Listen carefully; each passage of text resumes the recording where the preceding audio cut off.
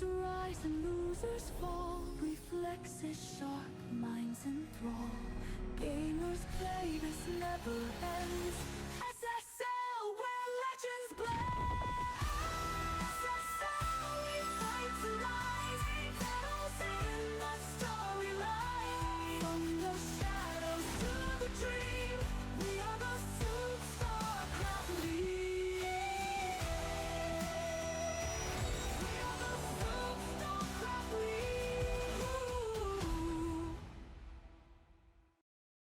I want to live every moment I can give. In the now I will thrive. What's up, everybody? Welcome back to another season of, well, I guess it's not the ASL. It is now the SSL. Same tournament, of course, just a new brand here.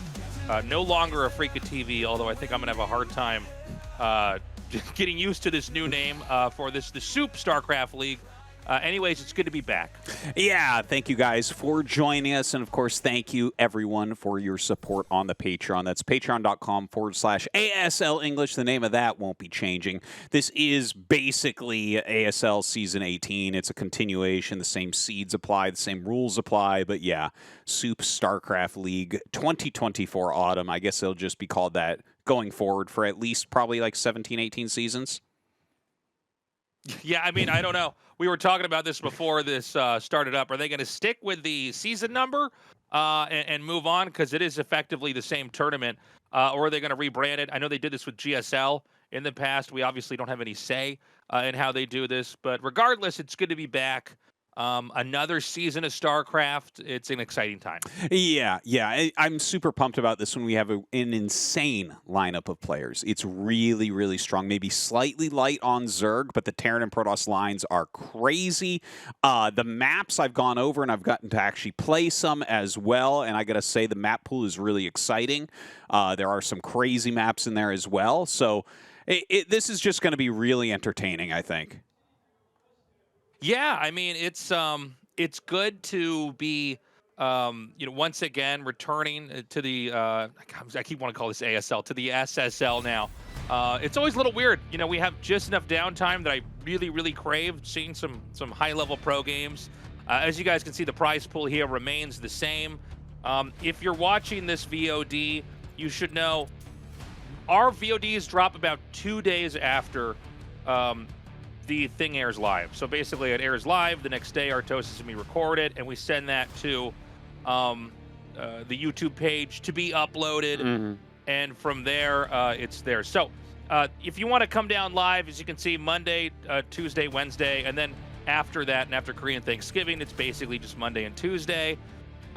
You can come and watch live. But if you're going to be watching the VODs, I highly recommend for Monday and Tuesday, you avoid spoilers. Mm-hmm. Stay off of the places on the internet where you would, run into these results if you're trying to keep this a little bit more like a drama, and be surprised as far as who's going to move on, assuming you're going to be following this with our commentary the whole time. Yep. And I can tell you that is a fun way to do it because we avoid spoilers like the plague. So I don't go on the internet at all during ASL season. I barely do anyways. But here is the map pool. Radion, Minstrel, Monty Hall, Dominator, Deja Vu, Kickback, and Pantheon. I'll have a lot to say about each of these maps as we get into them. But yeah, this is one of my favorite beginning map pools that I've seen in one of these seasons so far. Yeah, this is a great map lineup. I think it's going to give a lot of, how do I say this? A lot more informed play. Occasionally we have maps that are so insane that it's fun to see what pros do on them, but if you're a student of the game, it's kind of hard to walk away from it with anything that you can build into your own play. But I think these maps are all good. They should offer different insights into the meta game. And a lot of them seem to reward, macro play. Mm-hmm. And one thing to mention is if you do like to play some StarCraft on the ladder, they just switched the ladder pool to the ASL maps last night, plus Polypoid and Fighting Spirit. So that's a great place to go if you want to kind of try out some of the strategies that you do see here.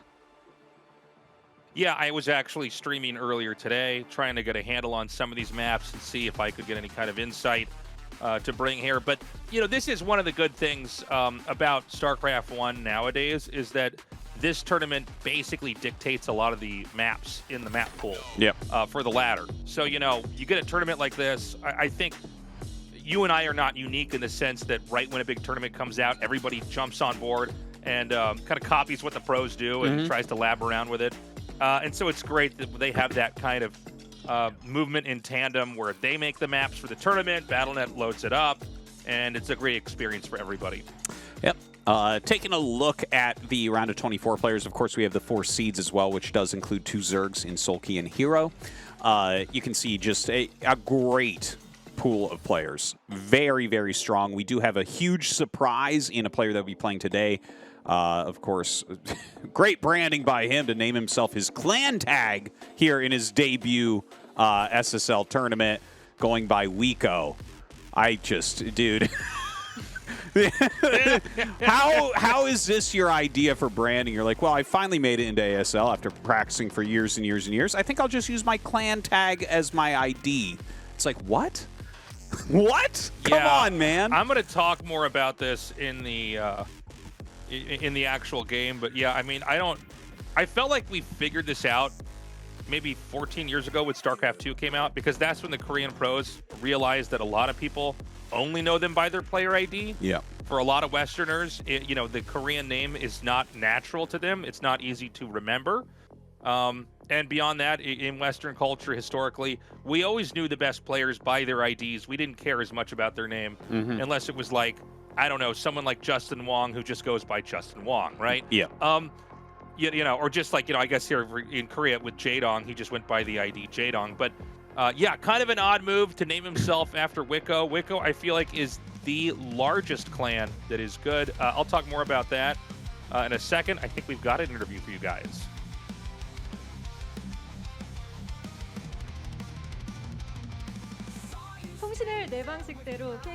Hello and welcome to the opening day of the round of 24 of SOOP StarCraft League Autumn Season, brought to you in partnership with KB Live Mobile.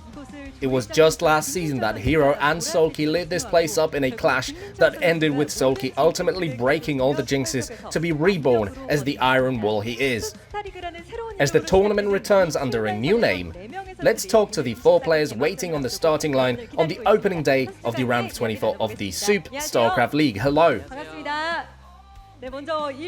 Let's start with our Tier 1 Zerg with 2 championships under his belt. Queen, how have you been after getting through the qualifiers?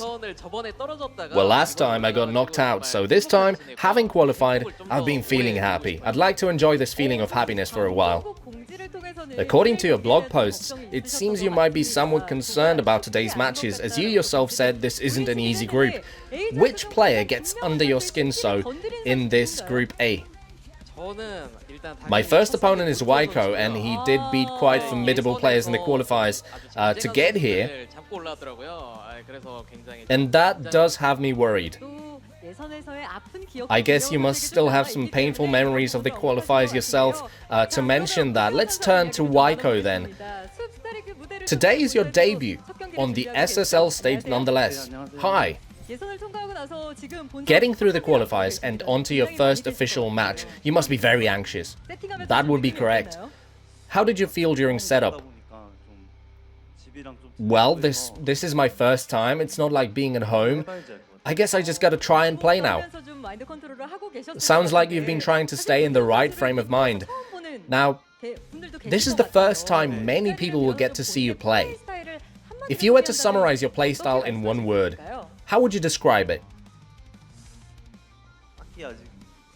I'm not sure about that yet. I just play according to what I've learned, what I pick up. In that case, is there someone who's taught you the most? I learn mostly by watching Light and Rush play. I can't wait to see what you bring to the table. Let's now turn to our Tier 2 Protoss, Rain. This is your 3rd season in a row getting through the qualifiers and your 11th appearance overall. I'm curious as to how you feel about this season. This season? Yep. Recently, I've not been able to get to the round of 16 at all. I'd like to make that happen this time, so I did some last-minute cramming, last-minute heavy practice, so I have some expectations for today. As you've said, considering your track record, The fact you've been knocked out in the round of 24 twice in a row now is something that's difficult to accept. Do you think today you'll advance? But see, this guy here, with an even better track record than me, he got knocked out in the qualifiers. That brings me solace. This is how unpredictable this tournament stage is, isn't it? That's correct. Wow, Queen just got sucker punched. His mouth is wide open in disbelief. I bet you'll have an impact on today's group, Rain. Lastly, let's say hi to Barracks. This is the first time since Season 12 that you managed to qualify through Day 1. Did you get to sit back and enjoy Day 2 of the qualifiers? It was, to be honest, it was somewhat disheartening that I could not get through Day 1 back then, but this time the games went well and I advanced through with ease, with relative ease. The group you're in this time isn't too different from the one you were in last season. For starters, you are going up against Rain, and you have some happy memories of having played him. What will it be today? Yeah, but Rain is someone I always loathe playing. I'm always concerned, but I go into it with a let's do well mindset. I don't think who I face is that important. Barracks is painting a picture of confidence. Let's now go in depth on some of those points with our 4 players, starting with Queen, who just got hit out of nowhere. These are the words of your fans who watched your qualifier run last season. Terran, huh? Well, if BCM can do it. This memory of you losing to BCM in that qualifier has changed many people's perception. Do you feel the same Terran impact coming from Wico? Well, I can tell you who felt that impact. It wasn't me, it was Calm. Now I will put an end to it. Oh, you'll be the one to stop it. Wico, you played a lot of TVZs in the qualifiers. I wonder as to how you feel about Queen. He's a very skilled player, and just getting to play him is an honor. Queen has just mentioned Calm. Looking at their play, analyzing their play, would you be able to talk about their differences? Calm actually helped me practice yesterday. He helped me in breaking down Queen's playstyle a bit. To what degree do you think you've got him figured out? 50%. Oh, Queen, you've been analyzed to a degree of 50%, he says. What are you smiling at? I just can't. Why does that guy always help my opponents? Oh, but he does help you with ZVZ. Yeah, well, I look forward to practicing with him after I advance. Now, all throughout ASL, both Queen and Rain have been the very best of their respective races, but have not yet met in the league proper. If that match were to come to fruition, it would make a lot of people very happy. Rain, do you expect to meet Queen here? If we had met earlier, people could have expected more, but now we're both useless. In any case, today I would like to advance easily, so I hope Wico wins. Oh, no need to play Queen today if it can be helped. Yes, so if I were to give Wico some advice, forget everything you practice with Calm. The two are different, the muter control is different, so just forget that. Look, Queen doesn't play well now. He's dropped off. You can take this, you can do it. You're rubbing him the wrong way, Rain. Oh, I can't wait to see this first game between Wico and Queen. But this tournament is not easy for anyone. With Tier 1 and Tier 2 players also saying so themselves. It's a tournament where Tier 3 and 4 players show great prowess too. And with this in mind, Barracks' chances of making it through to the round of 16 are always going up. How do you feel about your chances of advancing today? First, I beat Rain, and I hope Wico wins. I have the same strategy today. You want to advance easily? Yes. So I'll first cheer for him and then beat him. The players in your group are also giving you their support. On top of the fans, Wico, the weight on your shoulders is getting heavier, right? My company is supporting me too, and so I practiced hard, and I'll pay them back with great games so as not to lose in vain. I'm looking forward to it. That does it for our interview with the players. Let's hear the final words of resolution. Rain? I'll have a good showing and go on to the round of 16 after this long time. Got it. Queen? All these guys are hoping for me to lose. I will not die to an amateur Terran for the second time. Alright then. Wico? I'll win and go to the round of 16. Got it. And lastly, Barracks? With all the practice I put in, I'll advance to the round of 16. Thank you for the interview. I look forward to great games today. You're watching the opening day of the round of 24 of KB Live Mobile SSL Autumn Season. And as we wonder what awaits today with the league returning under a new name, let's get this show on the road. All right, let's get into this, man. So we've got Queen, Rain, Barracks, and Wico here for today, Tastosis. I got to say, a lot of Terrans in this season. Yep. I don't know if our Terrans today are going to make it. I think Queen and Rain are very safe bets. They are so much better than these two Terran players. And look, I like Barracks. I think he's a good player and everything. But yeah, Queen is a two-time ASL champ. Rain is a one-time ASL champ and probably the most talented Protoss we've ever had. I would be pretty surprised if they don't get out. And especially considering Wico is playing his first StarLeague.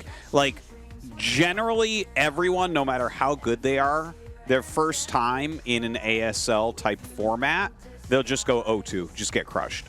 So if he can even put out good games at all, that's going to be amazing to see.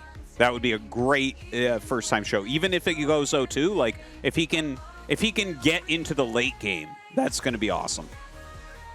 Yeah, I mean, it'll be exciting if he can perform well here. There is such an advantage just being in StarCraft 1 as a pro player in televised matches for as long as the rest of these guys have been. And, you know, Barracks, if you compared him to Rain and Queen, I mean, he's certainly overshadowed, but he's got a wealth of experience behind him. I think he's very comfortable in the studio. So, yeah, I mean, let's see what Wico can do here. Rain has, at times, looked like the scariest Protoss in the whole world. Mm-hmm. You know, when he wins, he makes it look easier than I think anybody else can. Queen, for a little bit, looked like he might just usurp Flash here and start to win every single StarCraft tournament. And for a little bit, he was there. He just wasn't able to stay in that orbit for long enough. Yep. Well, let's talk about our first map here. It's going to be Dominator. This is... Well, I guess we're going to color in some pizza slices here. But this is basically the map Gladiator that we've had a lot of times. But what they did is they took out the bottom right main base, shifted everything a little bit, and added extra expansions. Okay, so it's like you have your natural up the ramp, and then you have your mineral-only base. Those are all normal Gladiator layouts. And then you have the high ground gas base, which now has double ramps. But the extra base that they added is a low ground gas base. So these quadrants are actually 5 base quadrants, which is kind of wild. We've never seen a map quite like this. And yeah, the places you see colored in here, those are high grounds. Everything in the center is lower than that. Yeah, it's kind of a wild map. I really like what they did to it because Gladiator was not that great a map. We're still going to have some problems here, like PvP is going to be rock, paper, scissors. TVT is a bit of a hellish matchup here as well because you have that low ground main that's so easy to push. Yeah, but I welcome this change on this map. Yeah. Again, I think they came out with a lot of maps that should have interesting early game, but still move into, you know, standard play, so to speak here, you know, kind of macro games. And I think what a great match to start this off here with Queen and Rain, you know? Yeah, we're going to have actually Queen versus Wico going up first. Excuse me. Is this... we were talking about how good those two guys are, and then I just decided they were fighting against each other. Excuse me. Was that not the League of Legends song that he's chosen here? Could be. They also had a cool opening song for this tournament. Yeah. That was completely branded. Yeah, well, I think they got to do something like that to start pushing the new branding of the SSL. I do like the logo. The logo looks cool, man. It's like a couple of boomerangs going at it. But yeah, here is our very new player. I love it. Listen to the song, a Hans Zimmer song from Knights of the Caribbean. It's the Pirates of the Caribbean. Pirates of the Caribbean, rather. Yeah. But yeah, this guy, his actual ID is Wico.24. I don't know really what to say about him because I don't really know who he is. Apparently, I've played him on the ladder a bunch of times, which I'm sure all have resulted in losses. But yeah, Wico is a huge clan, as you were talking about. They have more B-ranked Protosses than any other clan on Battle.net, so that's a really great call to fame for them. Dude, and there was a period of time where I would play like 5-6 Wicos a day, all B-ranked Protosses, and every single one of them did an all-in. But they have a lot of great players there as well, so we'll see what he can do here against Queen, a 2-time champ. All right, guys, let's get into this. This is Season 18 of the ASL, rebranded here as the SSL, as the Freakin' TV is now known as SOOP. Let's get into it, guys. StarCraft 1 is back and better than ever.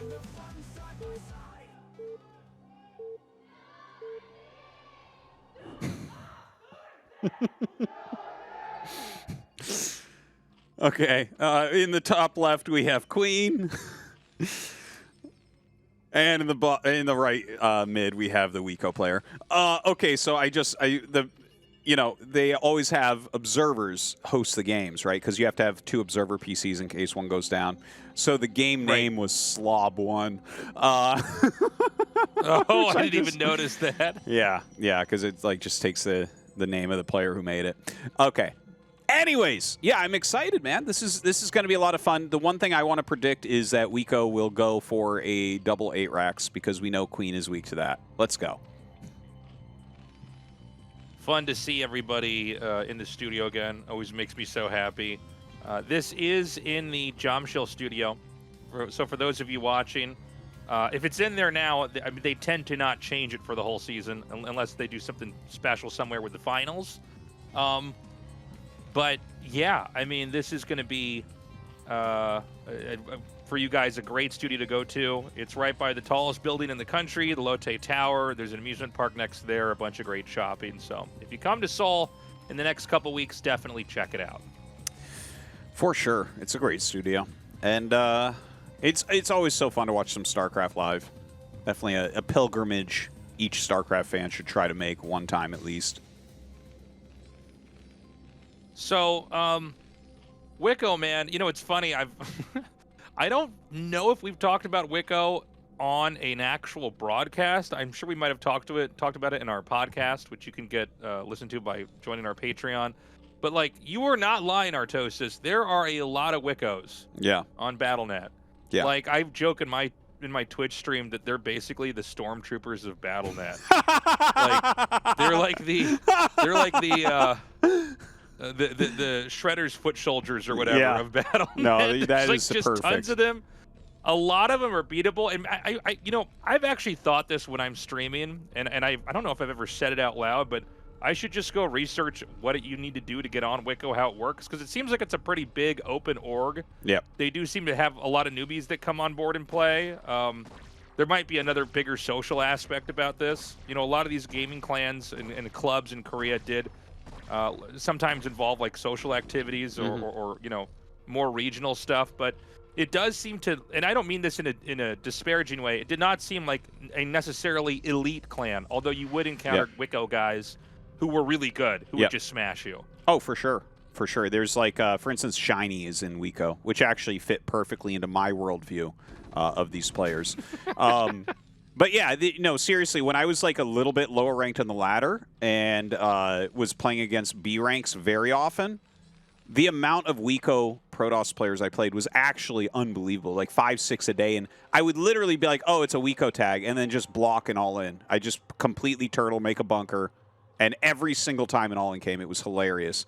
But yeah, it's a huge clan, and it does have some very strong players. This guy who's using just the Wico clan tag, I guess he's probably a hero to those players. But yeah, it goes by 1127. I don't know anything about his play though, and I'm kind of excited to see it. It looks like he has gotten a very quick gas here, and in fact is going to go for a fast factory after that wall in. Not something I expected to see here. This is not at all a cheesy build.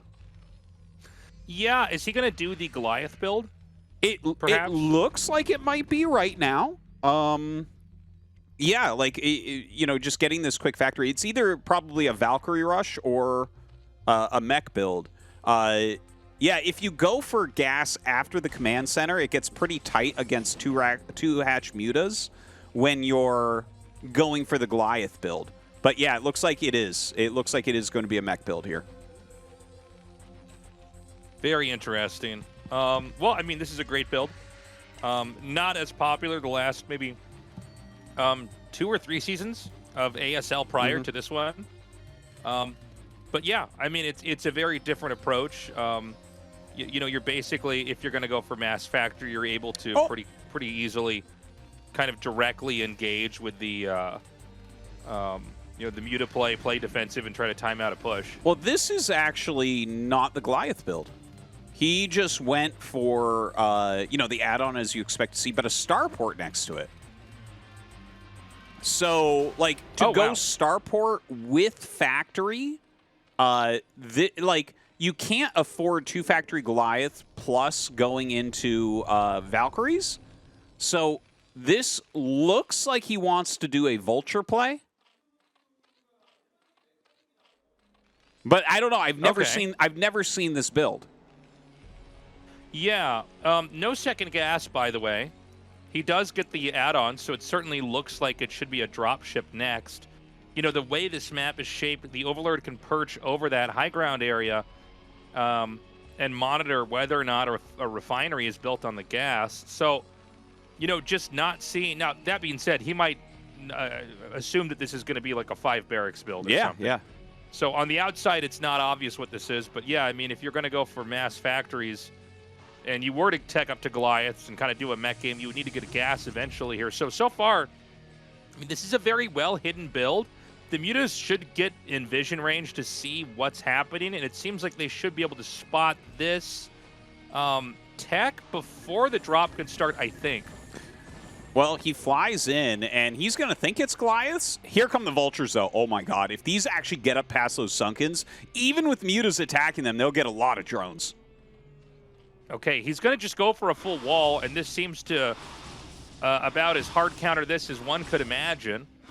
You know, that it does seem like that at least move there is almost like, I hope my opponent doesn't know how to stop this, but if they do know how to stop this, you just get in and do the damage, right? So, I mean, it's a pretty rough start. The dropship is quietly leaving the base and heading across the map, so there's still a chance this does some damage here. Wow. Yeah, the mutas come in and start to kill some SCVs, but he has no idea that there's a drop headed to his main base. So there's still some real potential here for our Wico player. A Valkyrie pops out, so is getting some anti-air. I bet you we have a couple Goliaths pop out too. And now going after the drones. You know, he could even go up into this corner and not be hit by the sunken colonies. It looks like it is eventually taken out. You know, that was a lot of turrets that were destroyed there in the main. The dropship is still lurking around the map. He could always come in for another drop. The mutas are going to come back. You know, once all your turrets fall, it can be very difficult to stabilize again. Valkyries are going to be coming out over and over. One Goliath is sniped on the map as well. This is such an interesting game, to be honest. Like, looking at this build, it's absolutely not something I've ever personally seen, but the fact that he's continually getting vultures in and now all of his production is anti-Mutalisk at home, we'll see if that's going to be enough to hold on. Loses that Valkyrie, which is a killer. Like, that's a very, very key unit here. And the mutas are just getting so much damage. It seems like Queen is just going to pick him apart, but he's losing a lot of drones. Yeah, this Vulture's still getting a lot done over here. The question is going to be, can the mutas basically throw this fight to the point where Terran loses control of the main?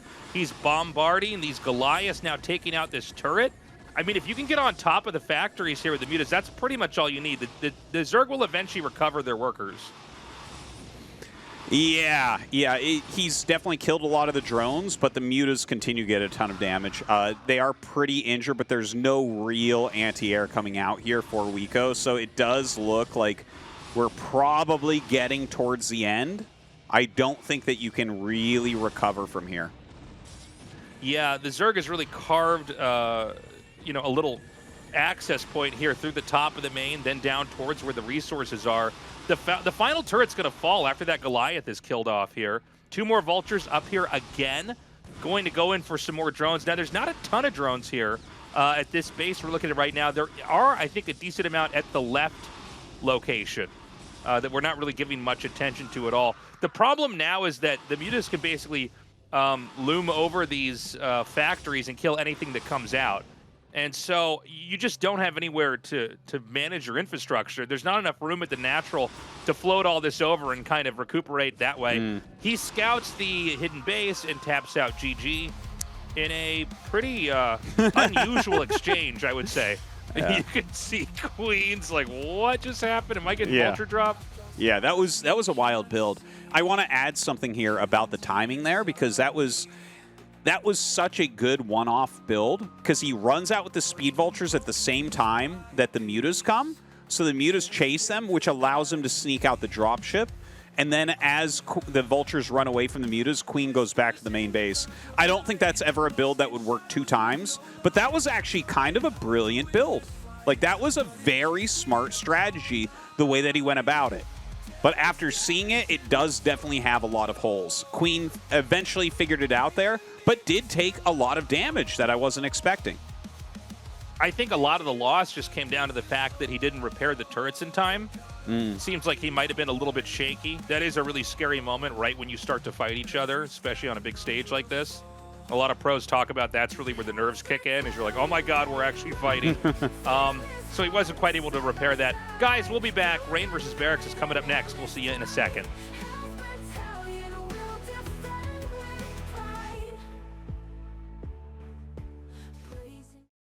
틀에 박힌 건 그만. 구속은 사양할게. 부담 없는 게 좋아. 통신을 내 방식대로. Live my life. Live M.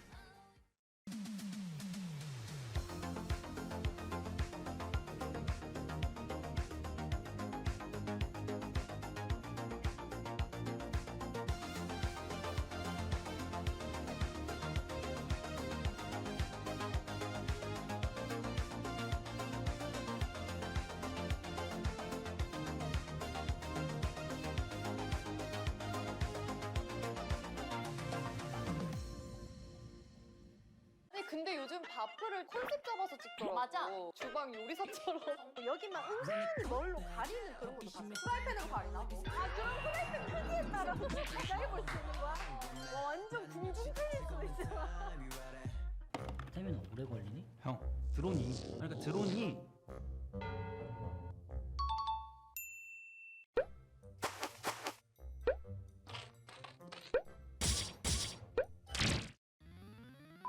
소리가 나요.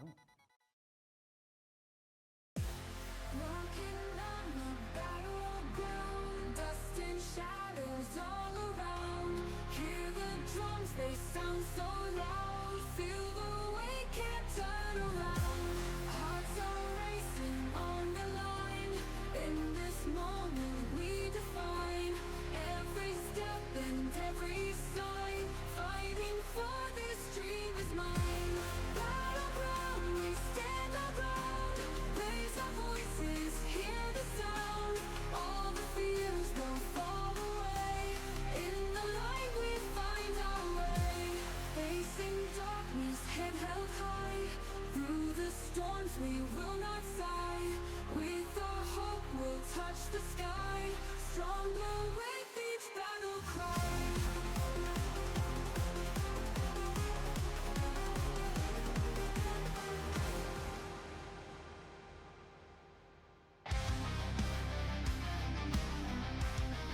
Welcome back to the SSL, guys.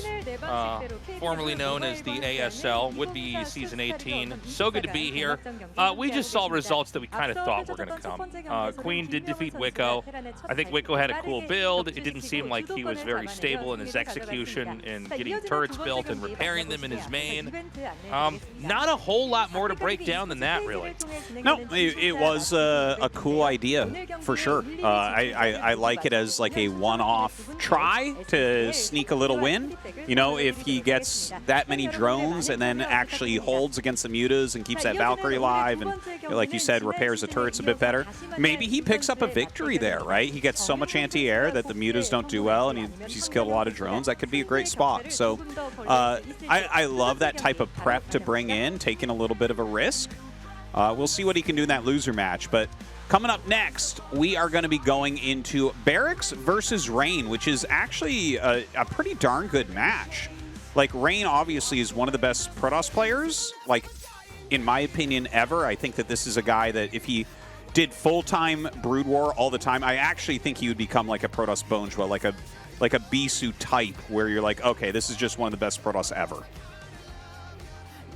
Yeah, I like your point there. I think it's worth reminding everybody, because a lot of our viewers just watch competitive StarCraft, but this guy has been a multi-streamer as well. He was doing IRL streams, so there's times where he's very focused on StarCraft 1 and times where he's just like playing other games or just kind of doing other stuff.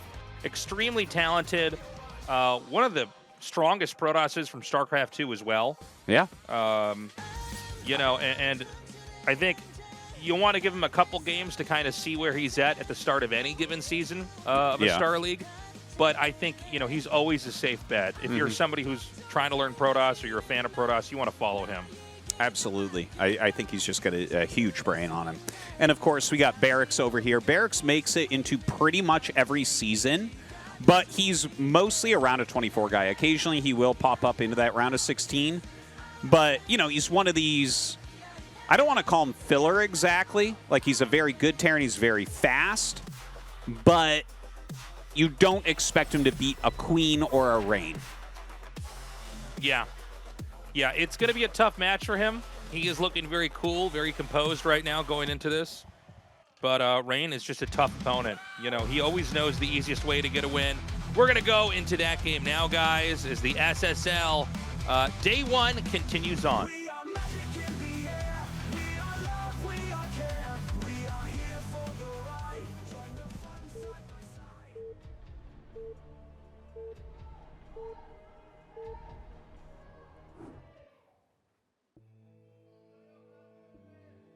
Okay, we've got Rain here in the top and Barracks in the bottom. Quick reminder, guys, if you love StarCraft and you want to support our endeavor to keep the history of the greatest game ever alive, you can support us at Patreon. It's patreon.com/ASL English. And yes, this is the ASL, basically. Yes. They've rebranded it because there's no longer a Freaka TV. That's now known as SOOP. But we're keeping the Patreon name the same.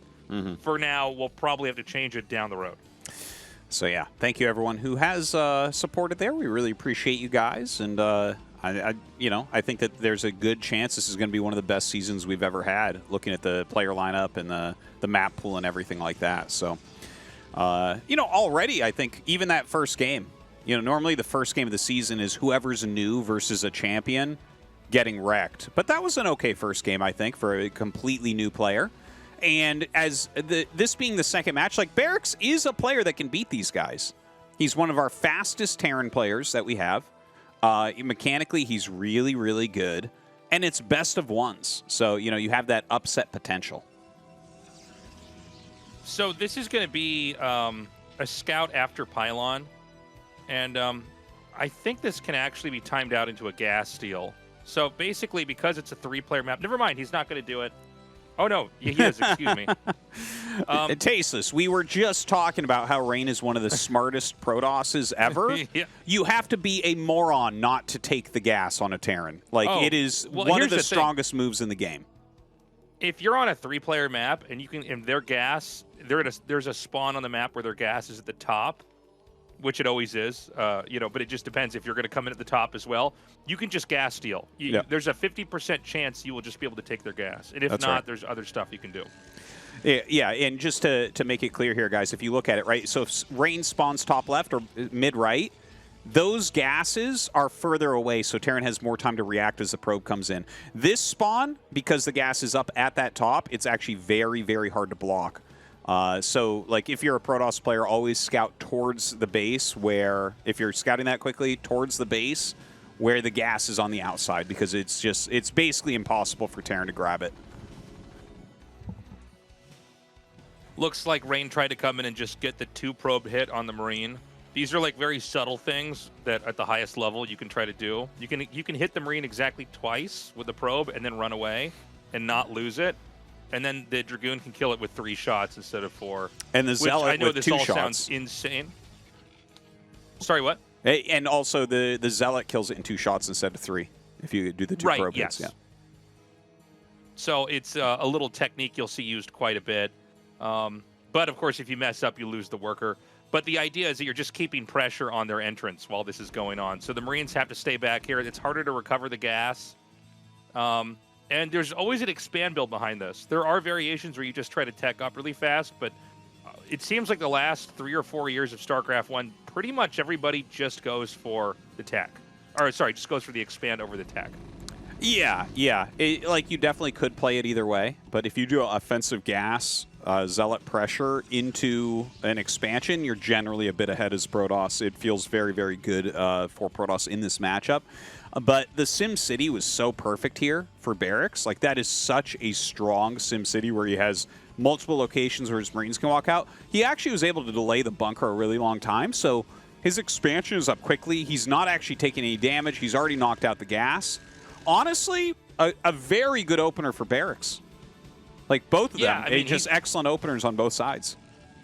Yeah, I agree. I think he looks pretty good here.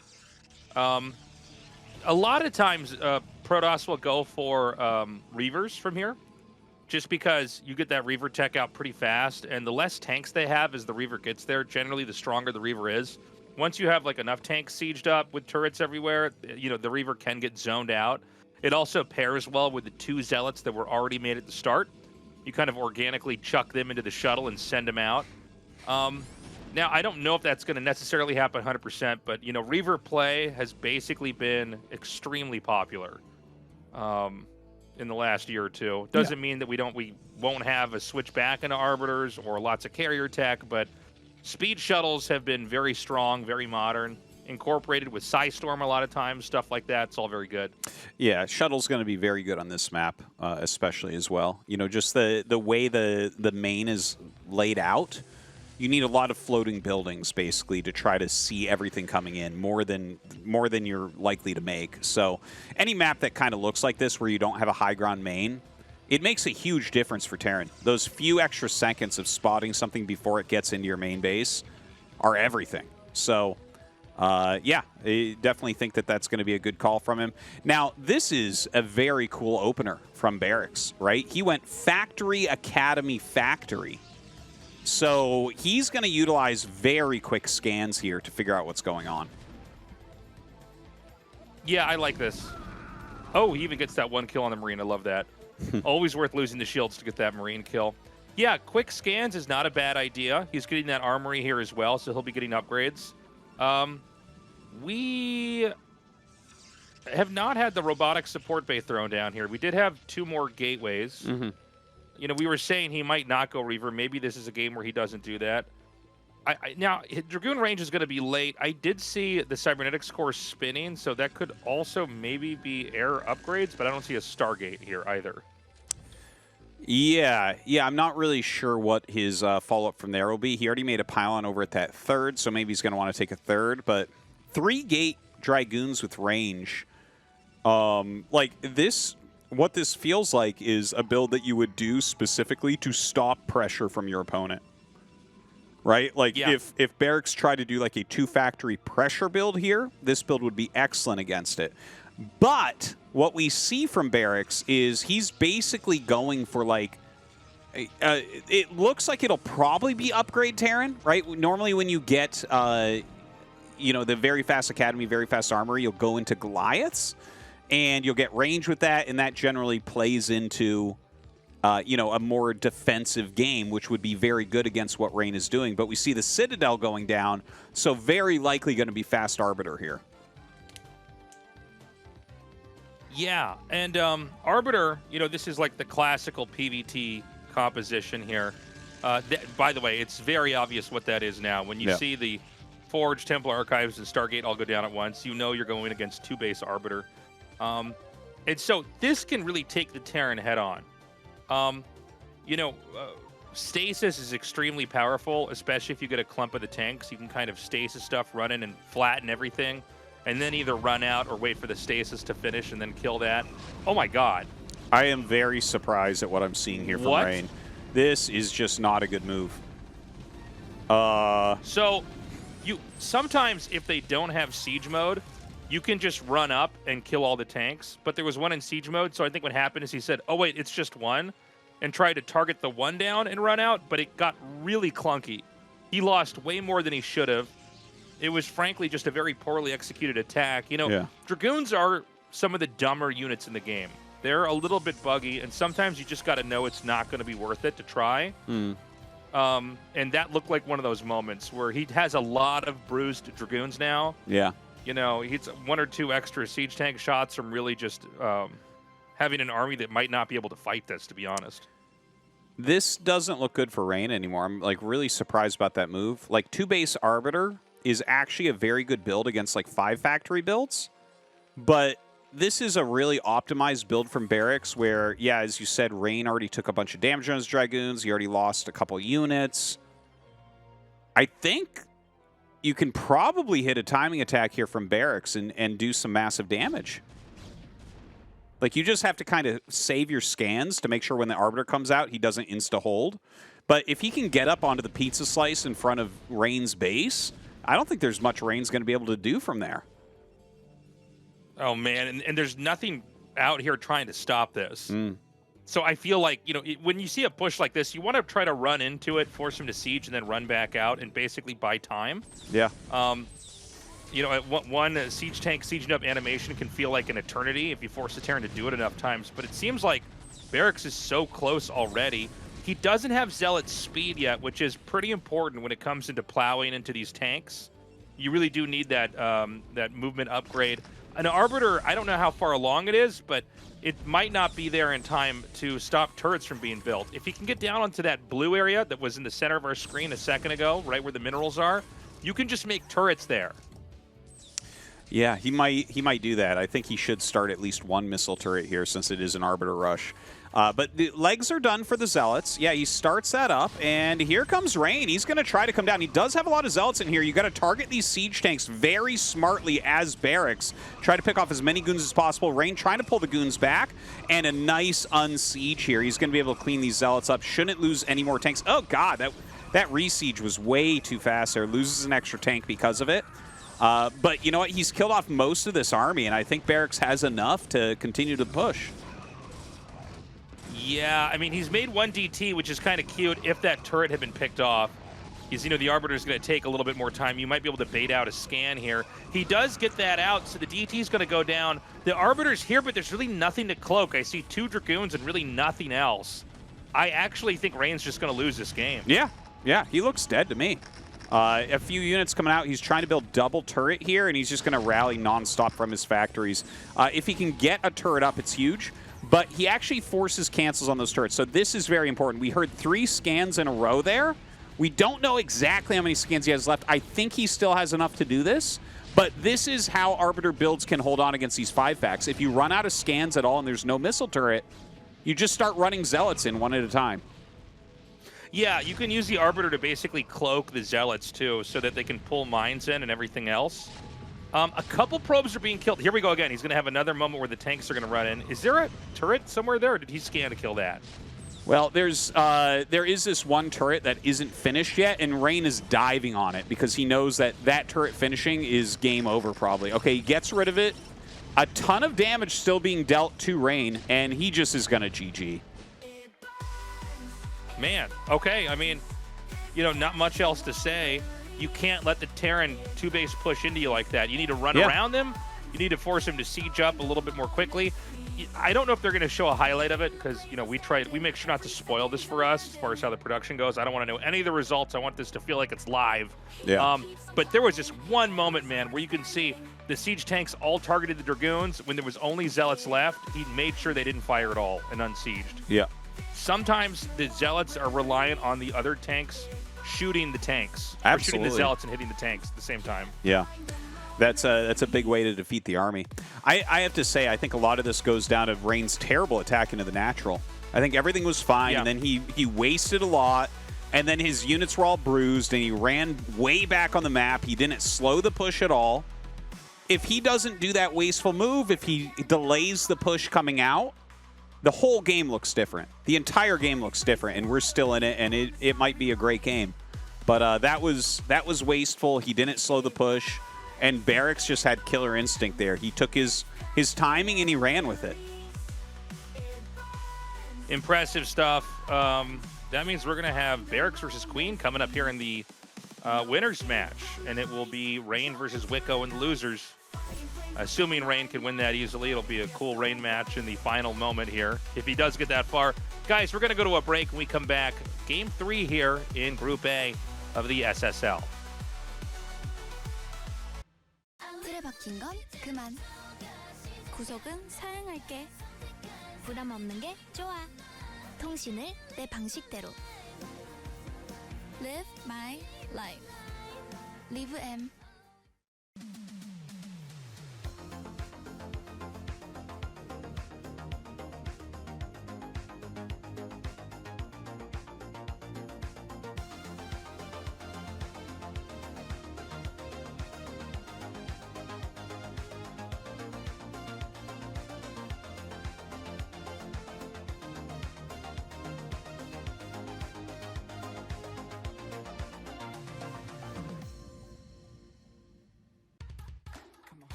사랑하는 사람인데 남자도 좋아하고 여자도 좋아해. 앞으로 안 이제 앞으로 만난대. 너만 만난대. 아 그럼 오케이. 너 보고 남자 역할도 해달래. 20년지기? 제 첫사랑이랑 완전 20년지기 친구랑 한 적 있어요? 지금도 아니 사귄 적이 있냐고. 사귄 적이 짝사랑 한다. 이건 바람 아니라 생각해. 일기장을 봐버렸어. 보경이에게 너무 미안하다. 보경이가 키스할 때도 그 여자 생각이 났다. 근데 요즘 바프를 컨셉 잡아서 찍더라고. 맞아. 주방 요리사처럼. 여기만 은근히 뭘로 가리는 그런 것도 봤어. 프라이팬으로 가리나 뭐. 그럼 프라이팬 크기에 따라서 그걸 짐작해 볼 수 있는 거야? 완전 김종필일 수도 있어. 맞아. 저희 오늘 워스트랑 베스트를 뽑는데요. 워스트로 뽑힌 분은 무슨 굉장히 많은 썰들을 풀었다고 생각해요. 많은 장치 필요 없지. 자기. 데이트 할까? 하나, 둘, 셋. 준비 많이 했어? 저 가서 세팅 좀만 하면 돼요. 오늘은 빨리 좀 부탁해.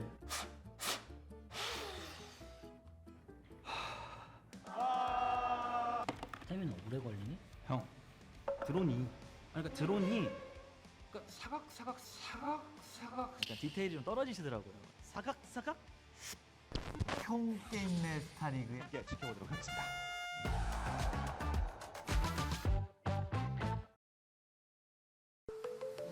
Stormy days, waves crash hard. Need your strength, be my God. Run to you, past the pain. In your arms, peace again. Hear my call, can't you see? Lonely nights killing me. In your love, find my way. Save my soul, make me stay. Break the chains, set me free. Only you have the key. Rise above, feel the heat. Save my soul, feel complete. Ooh, ooh, ooh, ooh, ooh.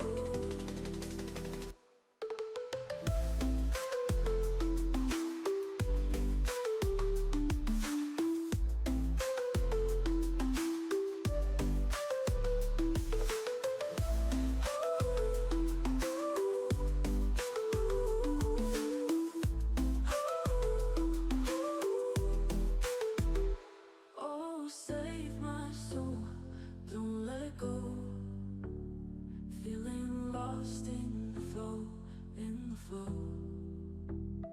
Oh, save my soul, bring me close.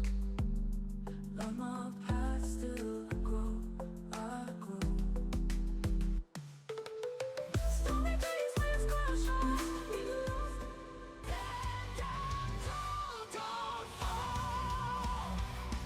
Welcome back, everybody. Thank you for waiting. We're going to be going into this winners match right away, and deciding our first survivor here in the round of 24. This is Queen versus Barracks.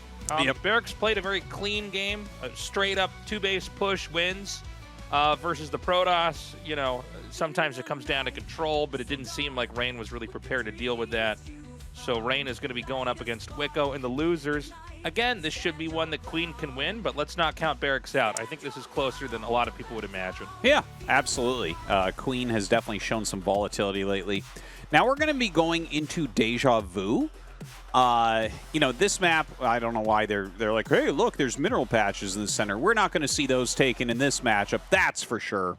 But the one thing that I've noticed from this map is, you know, it's one of these, you know, four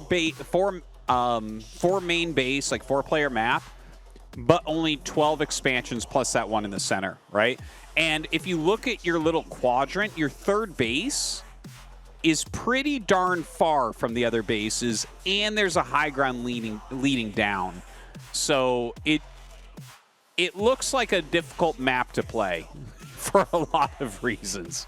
You know, it's more wide open in a lot of ways and quicker to get to some of these bases than a map like Retro, but a similar amount of bases overall.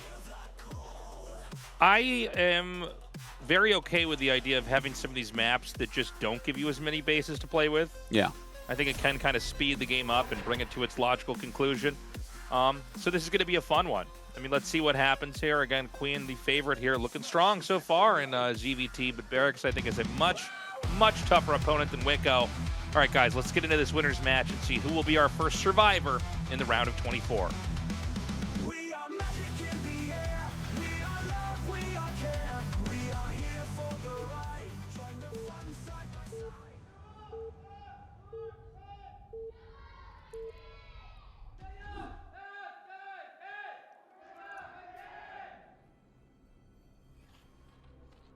Okay, Queen in the bottom left with his Overlord heading towards the bottom right where Barracks is right now. Yeah. All right. Yeah, as far as Deja Vu goes, in this matchup, I don't think it'll be quite as impactful as some of the others. I think, you know, the kind of base layout. But yeah, that third base being kind of far away.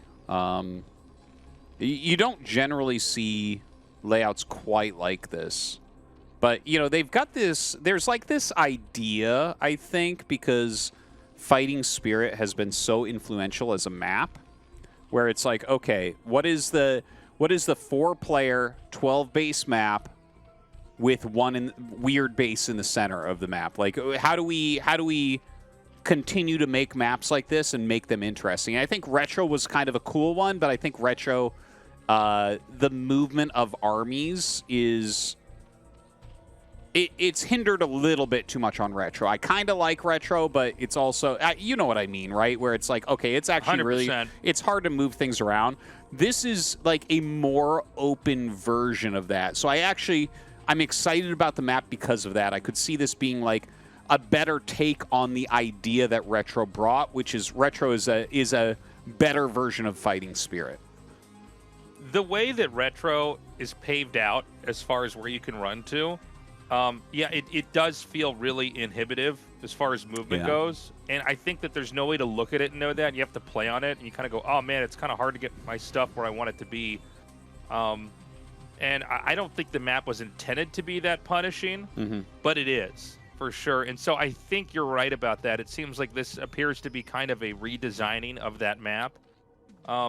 I do like having the minerals in the middle as well. I think in some matchups, like PvZ, I think it can make for some really awesome end games when you see fights over stuff like that.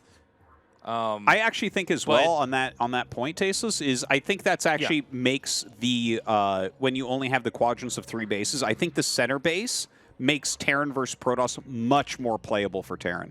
Because if you don't have that, taking a 4th is almost impossible. But that is a reasonable 4th to take against Protoss, and actually makes the games really interesting. So I do like that for 12 base maps. It's good that they're messing around with ideas that made maps good instead of just trying to do stuff that's different and weird. you know, we've had, and I always like the weird maps too. I mean, I think it's important to have maps that really force players into different play styles, but I feel like this season especially, it's going to allow us to have a lot more what we basically call like stable tournament maps in the system, and not just be like, oh, well, Polypoid's good or Neosylphid's good. It seems like we might have a couple of maps come out of this that make for some pretty interesting, stable games. Yeah, I feel like we've been adding to that lately, where it's like, oh, these are kind of classic maps. Obviously, Polypoid is kind of like the leader right now as far as newer maps that are just like really kind of timeless. But yeah, like Vermeer, Radeon seems pretty good, right? Like we've definitely had a few of these popping out, and I think you're right that this season might give us some that we're like, oh, we could play tournaments on this for years, and it's going to work. Yeah, I agree, 100%. The Academy is coming along, and it's going to be a slow game. There's no doubt about that here. There's not anything that either side can really do to each other. We've got a fast expand build with the eBay and the Academy for the Terran. The Zerg's going for the 2-base Spire. So, I mean, everything is very textbook right now for Terran and Zerg. Yeah, I think what you're going to be looking at here for Barracks is, does he want to try a 4 Barracks play or a 5 Barracks play? You know, 5 would be basically all in this position, whereas 4, you know, that's kind of the more standard when you see the +1 rush against 2 Hatchery Mutalisk. I did see a new build recently where it was a 1-1 rush. I think I saw Light do it, actually. I don't think we're going to see something like that, but that would be really fascinating because it hits like really hard when +1 armor finishes. But we'll see about that. Third base being taken by Queen up in that top left natural, so getting ready you know, to be able to have that 4-base layout that's so strong for Zerg. Yeah, the Zerg, you know, they always want to try to take a spot that is safe and can be defended with lurkers at a ramp, but it's changed a bit in the meta where the Zerg is trying to make it harder for the Terran to find it with the scan. You know, one would assume the Zerg would take like the top left and just, like, you know, wait it out there. But taking the natural can be confusing because the Terran, they need to try to find a target to push. And if they don't find it right away, it gets really confusing. You think, okay, is he just on 2 bases? Is this some kind of a weird tech play? And you don't really have a direction you can attack in. And Terran basically have to know where they're attacking, and they can't really roam easily in this matchup early on. Yeah, that's one of the challenges of Terran is your army, whatever matchup you're playing, your army is slower than your opponent's army. So you have to be very careful with your army movements. So, yeah, I don't think he's able to really put any pressure on Queen as of yet. He might be able to once +1 is done. You know, that's generally a pretty good timing for Terran to move out and roam a little bit. But right now, Queen coming in with those first mutas. The turret does end up finishing here. Really good turret placement from Barracks. So it looks like everything should be pretty solid defensively for his opener. Nice snipe on the SCV. Terran will come out here and try to take a fight. Does take out a couple of those Zerglings, actually all of them, I guess. And the mutas, you know, as long as he's not really dropping any Mutalisk, it's fine. Yeah. You're okay trading out Marines and having your mutas damaged. When they're bunched up in the ball like that, unless you're manually target firing, the damage spreads pretty evenly. So it's almost like it's one giant health bar for the mutas. Yeah. Yeah, it does kind of feel like that. The right now it is on that 4 Barracks production here, 4 Barracks. And I think he is getting that factory right now in the lower part of his main base. His +1 has finished, and it looks like he has range now as well. So he's able to push out a little bit. And we'll see, like, is Queen going to play this like Sulky and just focus on crushing this army? Or is he going to, you know, try to rush up to Lurkers or something like that really quickly to make sure that this army can't be that effective? He's done a good job baiting out some of the stims and getting that army repositioned. It's starting to look pretty brittle. If some Lings can come in with the rest of this, I don't think there's enough infantry to actually take a fight over here. Yeah, he does lose a few mutas here and there, but, you know, he does have 3 geysers, so able to make a lot of Mutalisks right now. Whittling down that Marine medic count quite a bit. But the thing is, you're willing to trade a certain amount of this bio just to keep the mutas away from everything else. Like, he's not losing any SCVs or anything. You know, he's got the budget to continually produce these Marines. So if he can keep those mutas pretty busy, I think it's all right. So the Terran is just going to stay back, keep teching up. He's probably swapping in and out different Mutalisks depending on the HP. You got to be careful not to overextend here. I think he's found a pretty good sweet spot. You know, it's funny. The Medic Marine group, it does tend to have a mind of its own. Like, you'll start to see the medics get dragged away to different spots, or some Marines get stuck on the outside. So forcing the Terran to reposition that over and over is good. And even punishing buildings on the outside like this, the damage starts to add up. This Barracks is already at half health. Yeah, and the Glaives are actually hilariously killing a missile turret right now. This is actually a great move from Queen. And Barracks walks out. This is actually the best move, is to force the Mutas to come out to you by pressuring. Now, I don't know that he's actually going to be able to get any damage here, or if he's even going to want to, because I saw he got an add-on on that factory. So it's very likely here that Barracks will, you know, try to go for a siege tank timing push, whether that's 2 or 3 siege tanks have actually been coming back a little bit. But, yeah, I think he's going to try to just hit a very strong timing push. So he's now got the Mutas out of his base, right? We see that first tank is done, by the way. The Barracks is being remade. He did get the armory there, so there should be a Valkyrie coming out with this as well. Okay, that's definitely one way to do it. You definitely have to save your scans at that point. I'm surprised he's pushing this hard towards top left. If you're going to do a siege tank timing push, you got to just make a beeline to the natural, I think. Like, it doesn't make sense to go after the third. Yeah, I mean, I 100% agree. I feel like the rule is always, if you're going to go for a siege tank push and just try to smash him, you need to go to the closest location, and that's always going to be the natural here. Yeah. You want to avoid the extra base. Yeah, I'm kind of shocked he's still out there, too. You could see Queen's micro was too much for Barracks so far. He's whittled down a lot of the Marines, some of the medics as well. Valkyries are coming out. There's 2 siege tanks. The window is not that large. Like, he's actually got to get his units together and push. Because as soon as there's Dark Swarm, your siege tank push is garbage. Especially on a map like this. Like, there are some maps where the geyser points out towards the entrance of your natural. This is not one of them. So, as Dark Swarm comes up, the tanks just don't really do much anymore. We've got to see this push. Yeah, well, that push should be coming now. He's got the 2 Valkyries, and he hit them pretty well here. He's going to start to do a lot of damage to these Mutas. The Mutas are going to just be moving to the south. One is picked off. He actually finds 2 Overlords. He might be able to just supply block Queen if he commits to that. And that would be one way to deny a Defiler if it hasn't already started. He's going to take these 2 Overlords out.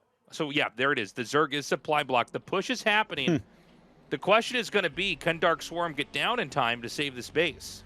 Yeah, if he just goes up and sieges right now, I think there's a good chance he kills this natural. This looks like the timing is strong. He's got those Valkyries out, so the Mutas can't really help too much. You can see Queen right there just unstacks because he doesn't want the splash damage killing everything.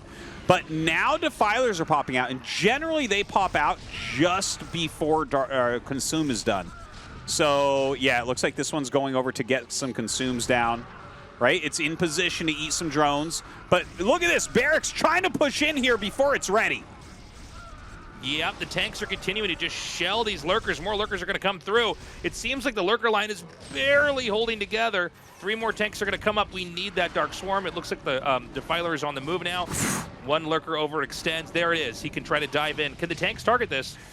No. Okay, he just... 1 lurker's all you need. Yeah, he just barely gets one down. A little bit sloppy there before. He will push this back, but he lost a lot of units. So even though this doesn't kill the natural, I would say that this was a pretty successful push. Yeah. Doesn't manage to take out the Nidus either. The next lurker's going to come in. He does use the splash damage to take that out. He just has to scoot these tanks back and get those covered. Now, if the lurker count gets low enough, there is a world where you can kind of make this work. It's pretty hard. But if he could, for instance... Oh, okay. I was about to say, if he could just get a scan off over here. Yep. He actually uses his own splash damage on one of his Marines to kill that off, and now he might be able to get in here. This is crazy. Yeah, I think he's going to just straight up break him. And, you know, good timing there from Barracks. He broke in just before Queen was ready. Queen missed that first Dark Swarm that he needed. to block the actual push. And I mean, the amount of damage done now, look at this. He can't get anything under the Dark Storm. Dude, Barracks is going to win this first group. Yeah, this is crazy. You know, he played really well. Yeah. 33 health. He gets a shot off on the hatchery, and you could see Queen just slump in his chair. Yeah. And, you know, I think he's still trying to play this out. I think he taps out. He's going to try to get these lurkers out of here. The Marines could just sidestep away. He's going to dive with the lurkers. Yeah, I think he's got enough. He takes that hatchery as well. Queen's head falls to the side. Yeah. I mean, he's down to, what, 1 hatchery right now? I'm sorry, there's 3 hatches total in the main, but you get what I'm saying. He doesn't have anywhere else to mine from other than his main. Mm-hmm. And, you know, he's going to come out here with the Defiler and try to do something. Yeah, GG is called. Not a big surprise there. I got to say, like, great job from Barracks. He did a very strong build. He executed it pretty well. But a lot of that was Queen's mistakes. Like, when he was going for the Dark Storm, he threw 2 lurkers up front. The Dark Storm wasn't ready, and he just lost everything. If he had held at 5 lurkers instead of 1, which he had Dark Storm, he could have done it if he executed a bit better, then he doesn't lose that hatchery, and the game is still going on. So definitely some mistakes there from Queen. And Barracks going to advance in first place in this group. A nice little upset to start off the season. Yeah, I got to say, very exciting game there. Very cool to see him actually get that far, defeating the people that he did beat. I mean, this was actually a very tough group for him. He came out on top. He's clearly in good shape. And so what is a already very Terran-heavy ASL is going to have another Terran moving on here. We'll see how many more can follow in his footsteps. I think we're going to have an interview now with him. Yeah, first. Nope, we're going to have this highlight first. Yeah, they're going to show the tank splash. So basically, he walks the medics in. He started with the Marine. Here come the medics. He's going to target his medic here. Watch. Nice. Yeah, that was sick. So basically, Dark Swarm just makes everything miss, all ranged attacks, and it misses towards the bottom right. So he walked the medic right in front of where the lurker was, targeted it, and then the splash damage all hit the lurker. So he targeted his own medic. Yes, is that correct? That's right. There's no one lurker under Dark Storm you just can't hit with siege tanks. You have to walk something on top of it to target. So in other words, yeah, if you target, if a lurker is shot at by a siege tank that's burrowed and the tank targeted, it always misses and doesn't do damage. But if it's hits something else you target above ground, that splash damage carries into the underground. You're watching the opening day of the round of 24 of KB Live Mobile SSL Autumn. Let's talk to our first place finisher today, Barracks. Congratulations. Thank you.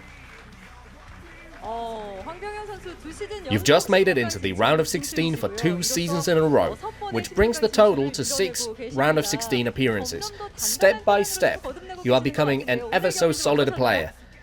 How were the games today? I originally have quite an aggressive playstyle, and so the builds I prepared them with even just a bit more aggression in mind. I'm glad they worked. I'm feeling good. You faced off against Rain once again, and once again you came out on top. After confirming the Arbiter build, you timed things well and took control of the high ground right before the Arbiter came out. How did you come up with this timing? During practice, I thought I wouldn't be losing to Arbiters, so when I saw that was his build, I figured I've already won. I just kept thinking of timings that didn't work, and then came up with one that worked. In the winners match against Queen, it was difficult to tell who would win right until the end. He kept you on your toes with his Mutalist control. It was apparent the match wouldn't be easy to predict, but the atmosphere changed from the moment you gathered 2 Valkyries and tanks together. Still, it felt like you were getting stopped by Queen in his natural, but the decision to go for a 2-pronged attack when he ran out of lurkers turned out crucial. You know, TVZ is a matchup when my hands get really shaky, and it's a difficult matchup for me because of that. However, I came prepared with a good build, I focused at the right moment, And at the same time, my hands just got quicker right at that moment. I guess that might be why I ended up winning. Queen was very resolute to stop you with his lurkers. How did you end up winning that fight? How did you end up killing those lurkers? I checked their HP and I figured that I could just finish them off with splash damage if I gather my marines and medics and send them forward. So I tried that ASAP and decided to go for a double-pronged attack at the same time. You just told me you felt Queen seemed flustered throughout the match. When did you get that feeling? He was doing so well up until that point that I thought I failed. But then when I started target firing my tanks on the lurkers, he just kept them still, and I thought, oh? What's he doing? Same with the defilers, they just stood there. So I quickly focus fired and made the most out of that situation. Barracks showed decisiveness in his timings here, which makes me look forward to seeing you in the round of 16 even more. What is your goal for this season? Every time, the championship is my goal, but I've not even been to the quarterfinals yet. So I'll take it step by step, little by little. My goal for this season is the round of 8. I'll fix some things, be more diligent, and show good games. Many fans came to support you on the opening day, and that must have given you strength as well. Any words for the fans? I've been playing my heart out, and the fans are noticing it, for which I'm very grateful. They are very dear to me. I think it's thanks to the fans that I've been doing so well. Thank you. Looking forward to seeing a great new showing from you, Barracks, befitting this new season. Congratulations on advancing to the round of 16. Thank you. And that does it for our interview with the first place finisher of today's group in Barracks, with our second place finisher to be confirmed soon as we return with the losers and elimination matches.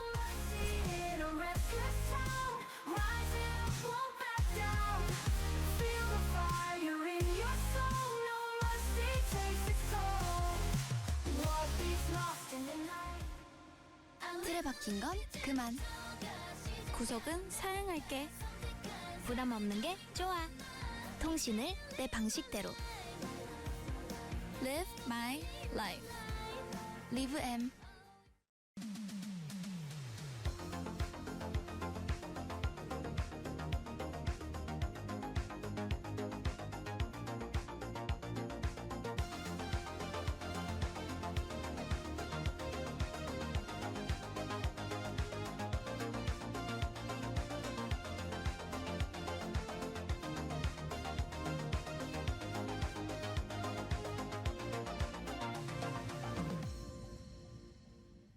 근데 요즘 바프를 컨셉 잡아서 찍더라고. 맞아.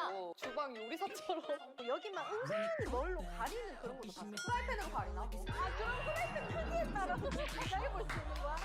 와, 완전 궁중팬일 수도 있잖아.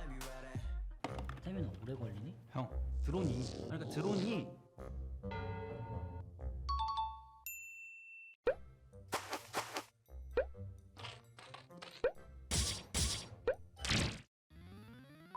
소리가 나요.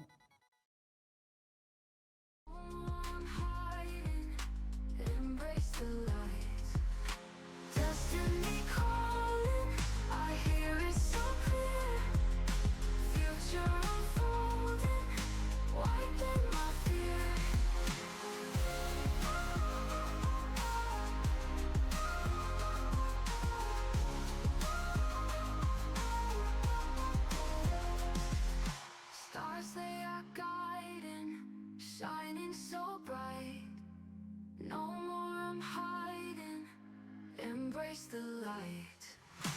Destiny calling, I hear it so clear. Future unfolding, wiping my fear.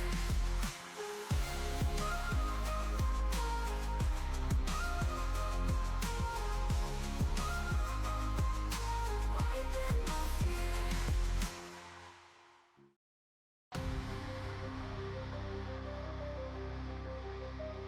Thank you for waiting, everybody. It's time to eliminate our first ASL player. Interesting day so far. You know, Barracks moving on in a group that I thought, honestly, he just wouldn't move on it. You know, I thought it was going to be an unremarkable day. It's already getting exciting. Okay, I think Rain is supposed to beat Wico here, right? I think anybody should. Even Wico's mom and dad think that Rain is supposed to win here, right? But we got an exciting final match either way. Probably going to be Rain versus Queen, but let's see what happens with these two first. Yeah, you know, we're going into another new map here in Kickback, so I think that this does help Rain even more. This is Nexus First Paradise, and yeah, it's a 4-player map in the corners, as you can see, and they're drawing some lines. Those are your 2 expansions. The geysers are light at 3k gas apiece, but like that is a little quadrant of 3 bases that's very easy to defend. It's just there's no actual counterplay to like a Nexus First here, right? Unless you do something like proxy Barracks. So I feel like that kind of like dictates a lot about how this map is likely to play out. Yeah, I mean, it does seem, you know, proxy racks in the middle of the map can beat Nexus First. Yep. It can beat Nexus First even if you know, I mean, I guess it wins no matter what. No matter what kind of map you're going to Nexus First on, because you're basically just bunker rushing like it's the Protoss is a Zerg or something. Now, I don't know if there's going to be some kind of circular logic here where then the Protosses don't want to go Nexus First to try to hard counter that. I don't know. Yeah, I'm not hard really to say. sure. Hard to say. Sometimes you do see metas like that emerge.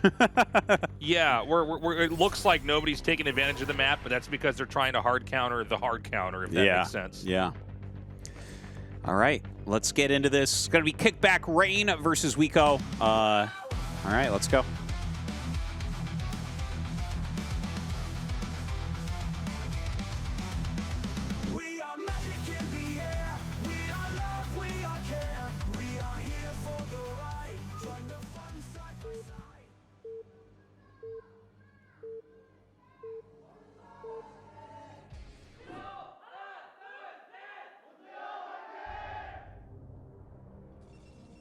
Okay, Rain in the bottom right, and Wico in the top right.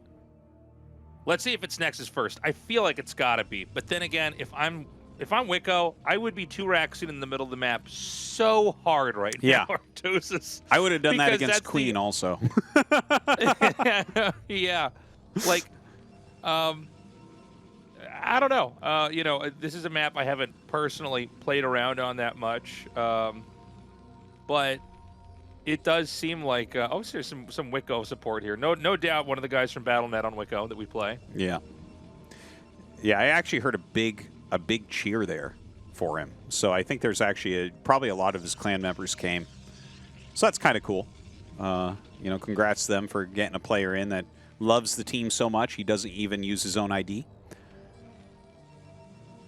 Yeah, it's it's a little bit of history here, man. I mean, Wico's been around forever. I think back. I mean, this game is, what, is it 26 years old now? Yep. Or maybe still 25.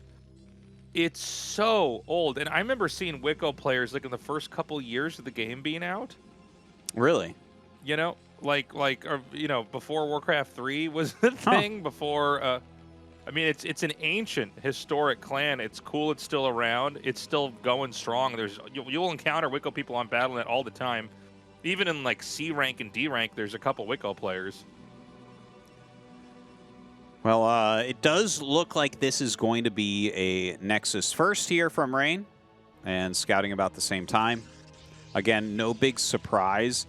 You know, Wico might have like a build set with a factory where he tries to stop Nexus First, but the thing is, this has been pretty well mapped out. If the Nexus is in front of everything, you can kill it with the factory expansion. You won't every time, but you can definitely do it. But when the Nexus is over there, it's like, okay, well, I mean, I guess you can attack the gateway. Maybe if it starts to snowball, you could still win with like a Marine Vulture SCV push. I don't know. This seems like a very tough position for Wico. Yeah. I mean, I was gonna say if you know rushing and getting the gateway sometimes does the trick. It might, You know, yeah. if you just have them and they're stuck on 2 dragoons or something, you can kind of make it work. Right now, we got to see what degree of greed is this Nexus first build. It looks like the absolute greediest. Like, there's no forge or anything, even though he got scouted very quickly, even though there's Marines coming. Throws down a secondary gateway. So, like, Wico has some sort of chance just because of how greedy this is. And I think you're right, Tastosis. Like, if he can unpower the gateways, this can turn into a victory. Yeah, the Marines are coming down now.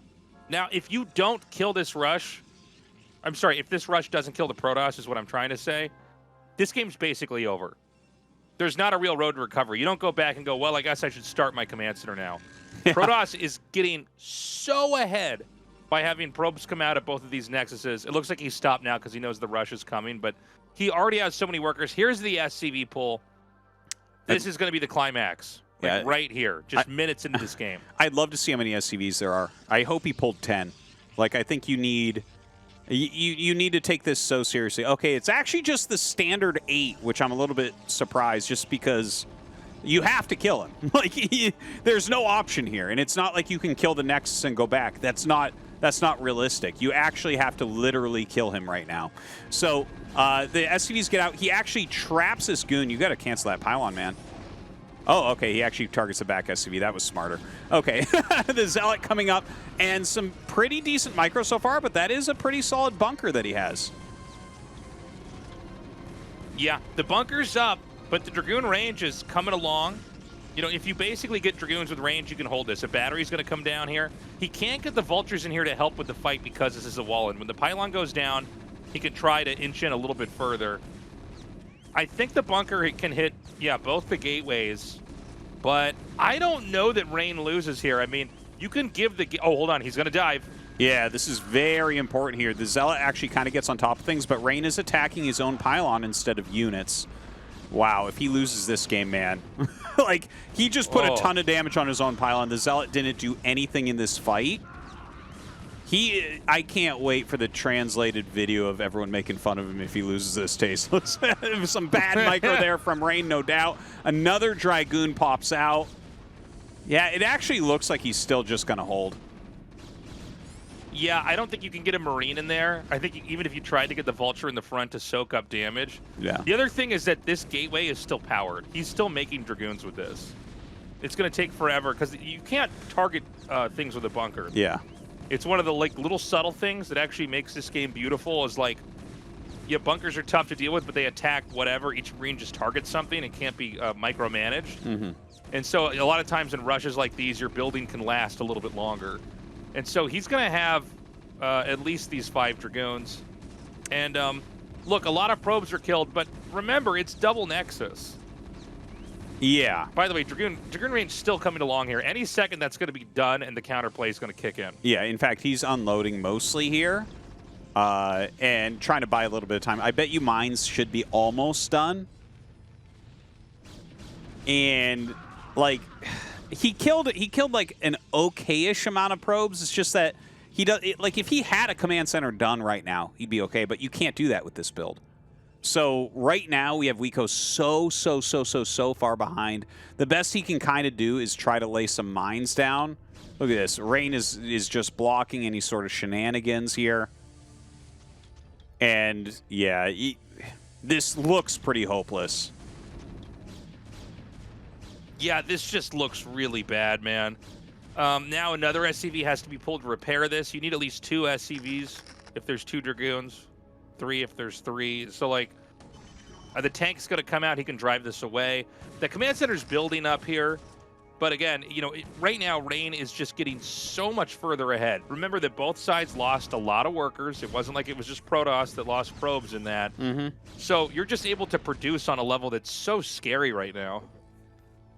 Yeah, Rain is going to run away supply-wise. And for Wico, you got to kind of guess what he's doing. Like, do I need turrets? Do I need more factories? Right? Is he being greedy? Like, do I play defensively? Do I play offensively? there's not any really great answers to any of these questions just because you've hobbled yourself by rushing your opponent. The rush has failed.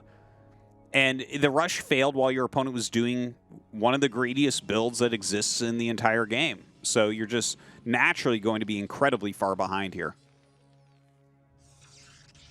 Yeah, I mean, it's painful. You know, you can't even get an academy easily and throw down a scanner because you need to get SCVs so badly. This was, I think, 4 gateway play just with observers. It does seem like Rain wants to play these sort of not very exciting early games, but just kind of safe and conservative. Again, there's nothing wrong with that. That's actually a perfectly good way to play. And he's going to go for his 3rd Nexus and just sort of maintain his lead. He's going to send his observer across the map. He's basically getting ready to counter anything that his opponent might do. Wico's going to have one more push that comes out. And even though this push might look kind of scary, the reality is the math is just on Rain's side. As long as he has a good spread, he should be okay. The observer did miss the bulk of it, but it seems like Rain knows something's coming. Yeah. And he has 8 goons, which is like the key number. 8 goons, 1-shots a tank, 4 goons, or a vulture. 4 goons, 2-shot, or hit a Marine in 1, right? So he's got exactly the right amount where he can deal maximal damage here and like pick off units every single volley. Yeah, the vultures are going to try to come in on the side here. Seems like they actually just managed to perfectly sidestep this. And yeah, there's just no way to cut this in the fight. Like the Dragoons can basically hold their ground. There's not enough of any one thing that can tip this fight in the direction. He can basically aim move these Dragoons here into the tanks even because there's nothing to cover the tanks. So not even a really clean engage here from Rain, and it still doesn't really matter. No. Nothing here is mattering too much. Even the mine getting dragged into probes there. You can see Rain is like maybe slightly sloppy on everything that we're seeing here between the Zealot, attacking the pylon earlier, the Dragoons not really being microed very well right here, dragging a mine into his probes. But really, none of this matters because this became a math problem at the beginning of the game. And it's a math problem that is very easy to solve. Protoss just is super far ahead. And you have to have, like, 3 disasters to lose this game as Protoss. Yeah, I mean, it's just not going to happen. I don't think that Rain is going to necessarily break in and kill him here, although he might. He did kind of show a propensity to dive in on tanks that are isolated. But, yeah, I mean, there's going to be a Reaver at play here. It might already be in that shuttle. And so Rain can basically box the Terran in, continue to expand on the map, continue to make lots and lots of probes. And, that crazy climactic fight at the start does bring us to a sort of dull later game because the Terran invested everything in trying to win in this moment. And from here, it's kind of a cakewalk for Rain. Yeah. Rain has like every option in the world right now. He's taking a 3rd base. Looks like he's going to fly across the map with a shuttle and Reaver. Put some pressure on, make his opponent kind of turtle up more and make more anti-air. Rain can easily take a 4th base. And, the thing is, he'll take a 4th. He'll continue to macro. He's up 40 supply. It's 100 supply to 60 supply right now. And Wico is running SCVs around taking damage. The thing is, it's his first ASL, so like I would say, okay, you can stay in the game, you can, obviously try your best here and get some experience.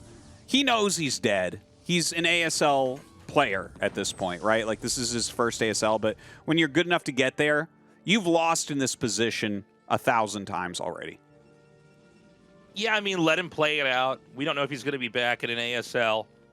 And when we say a game's over, I know that sometimes people kind of roll their eyes like, oh, come on. I mean, they're still in the game. There's still a shot.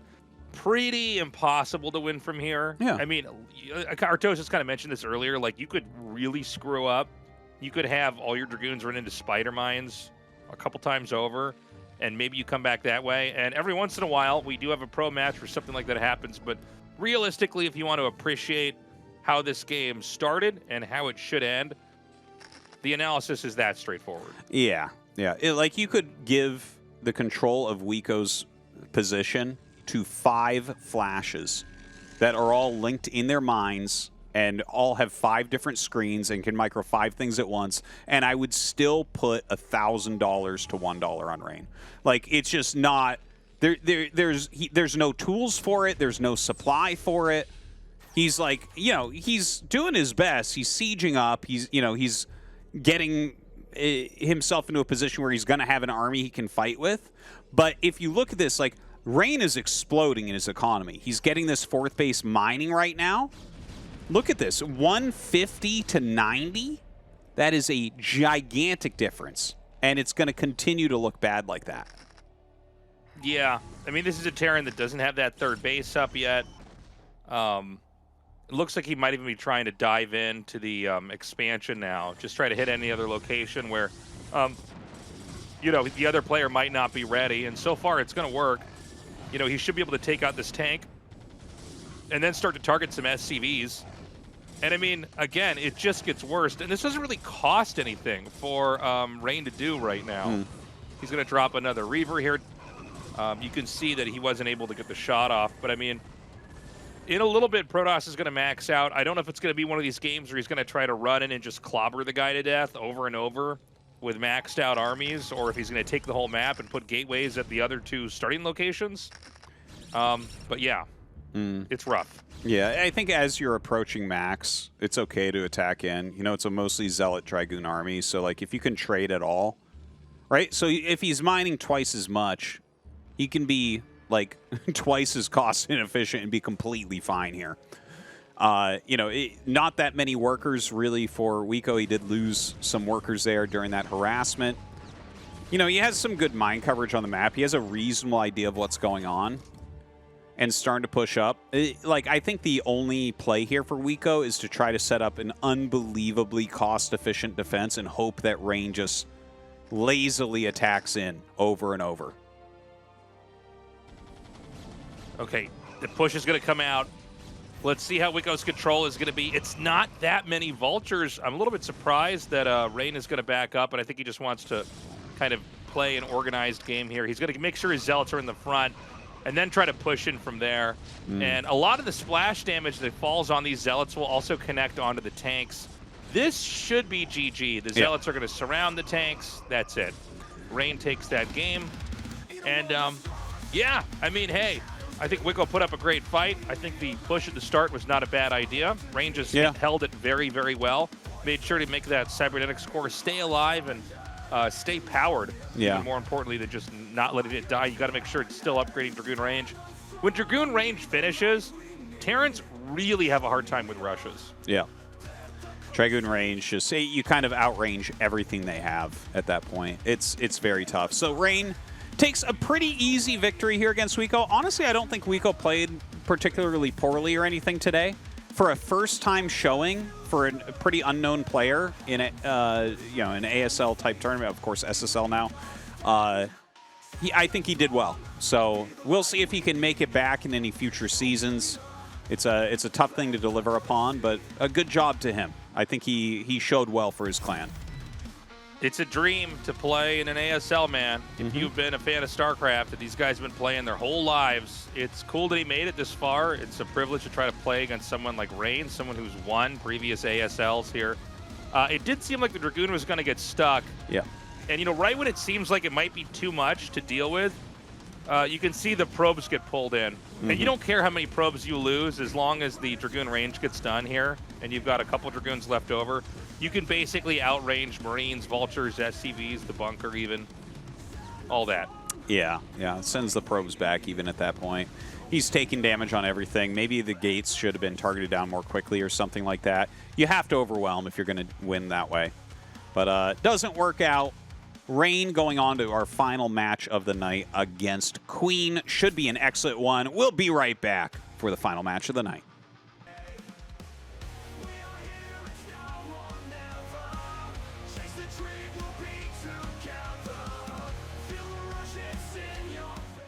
틀에 박힌 건 그만.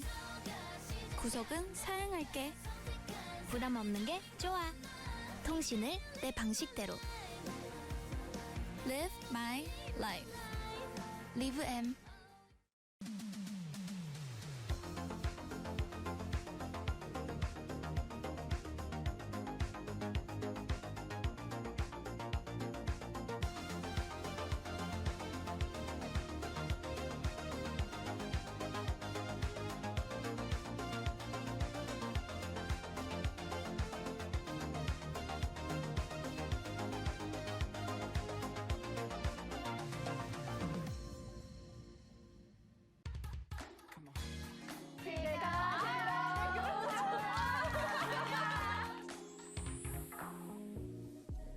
좋아하는 사람인데 남자도 양쪽, 좋아하고 여자도 좋아해. 앞으로 안 이제 앞으로 만난대. 너만 만난대. 아 그럼 오케이. 너 보고 남자 역할 좀 해달래.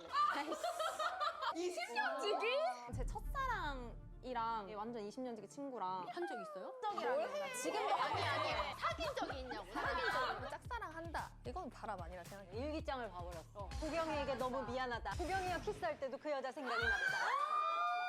근데 요즘 바프를 컨셉 잡아서 찍더라고. 맞아. 주방 요리사처럼. 뭐 여기만 은근히 뭘로 가리는 그런 것도 봤어. 프라이팬으로 가리나 뭐. 그럼 프라이팬 크기에 따라서 그 짐작해 볼 수 있는 거야? 완전 김종필일 수도 있어. 맞아. 저희 오늘 워스트랑 베스트를 뽑는데요. 워스트로 뽑힌 분은 무슨 굉장히 많은 썰들을 풀었다고 생각해요. 많은 장치 필요 없어. 많이 없다. 게임 할까? 하나, 둘, 셋. 준비 많이 했어? 저 가서 세팅 좀만 하면 돼요. 오늘은 빨리 좀 부탁해.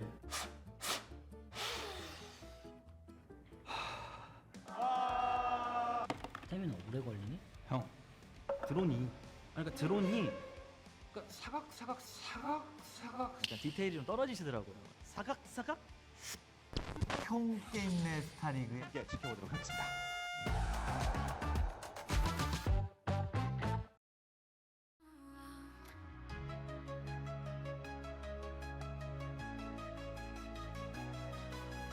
Hearts are racing on the line.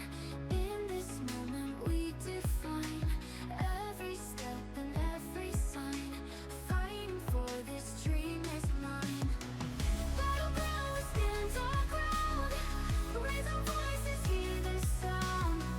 All the fears will fall away. In the light we'll find our way.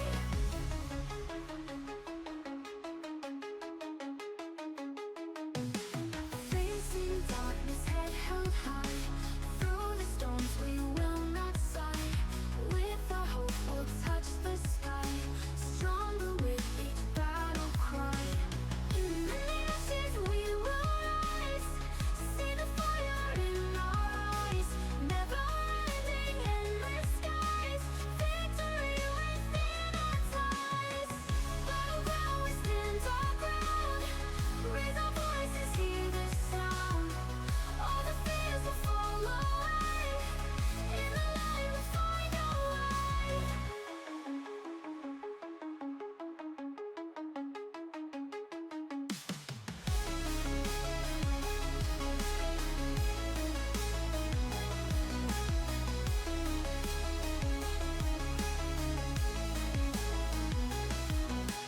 Facing darkness, head held high. Through the storms we will not sigh. With our hope we'll touch the sky. Stronger with each battle cry. Battleground, we stand our ground. Raise our voices, hear the sound. All the fears will fall away. In the light we'll find our way.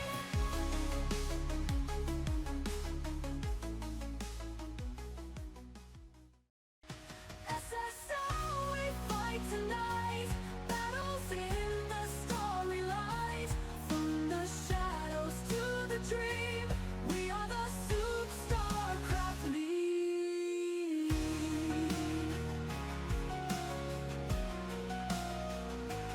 Micromanages every fight.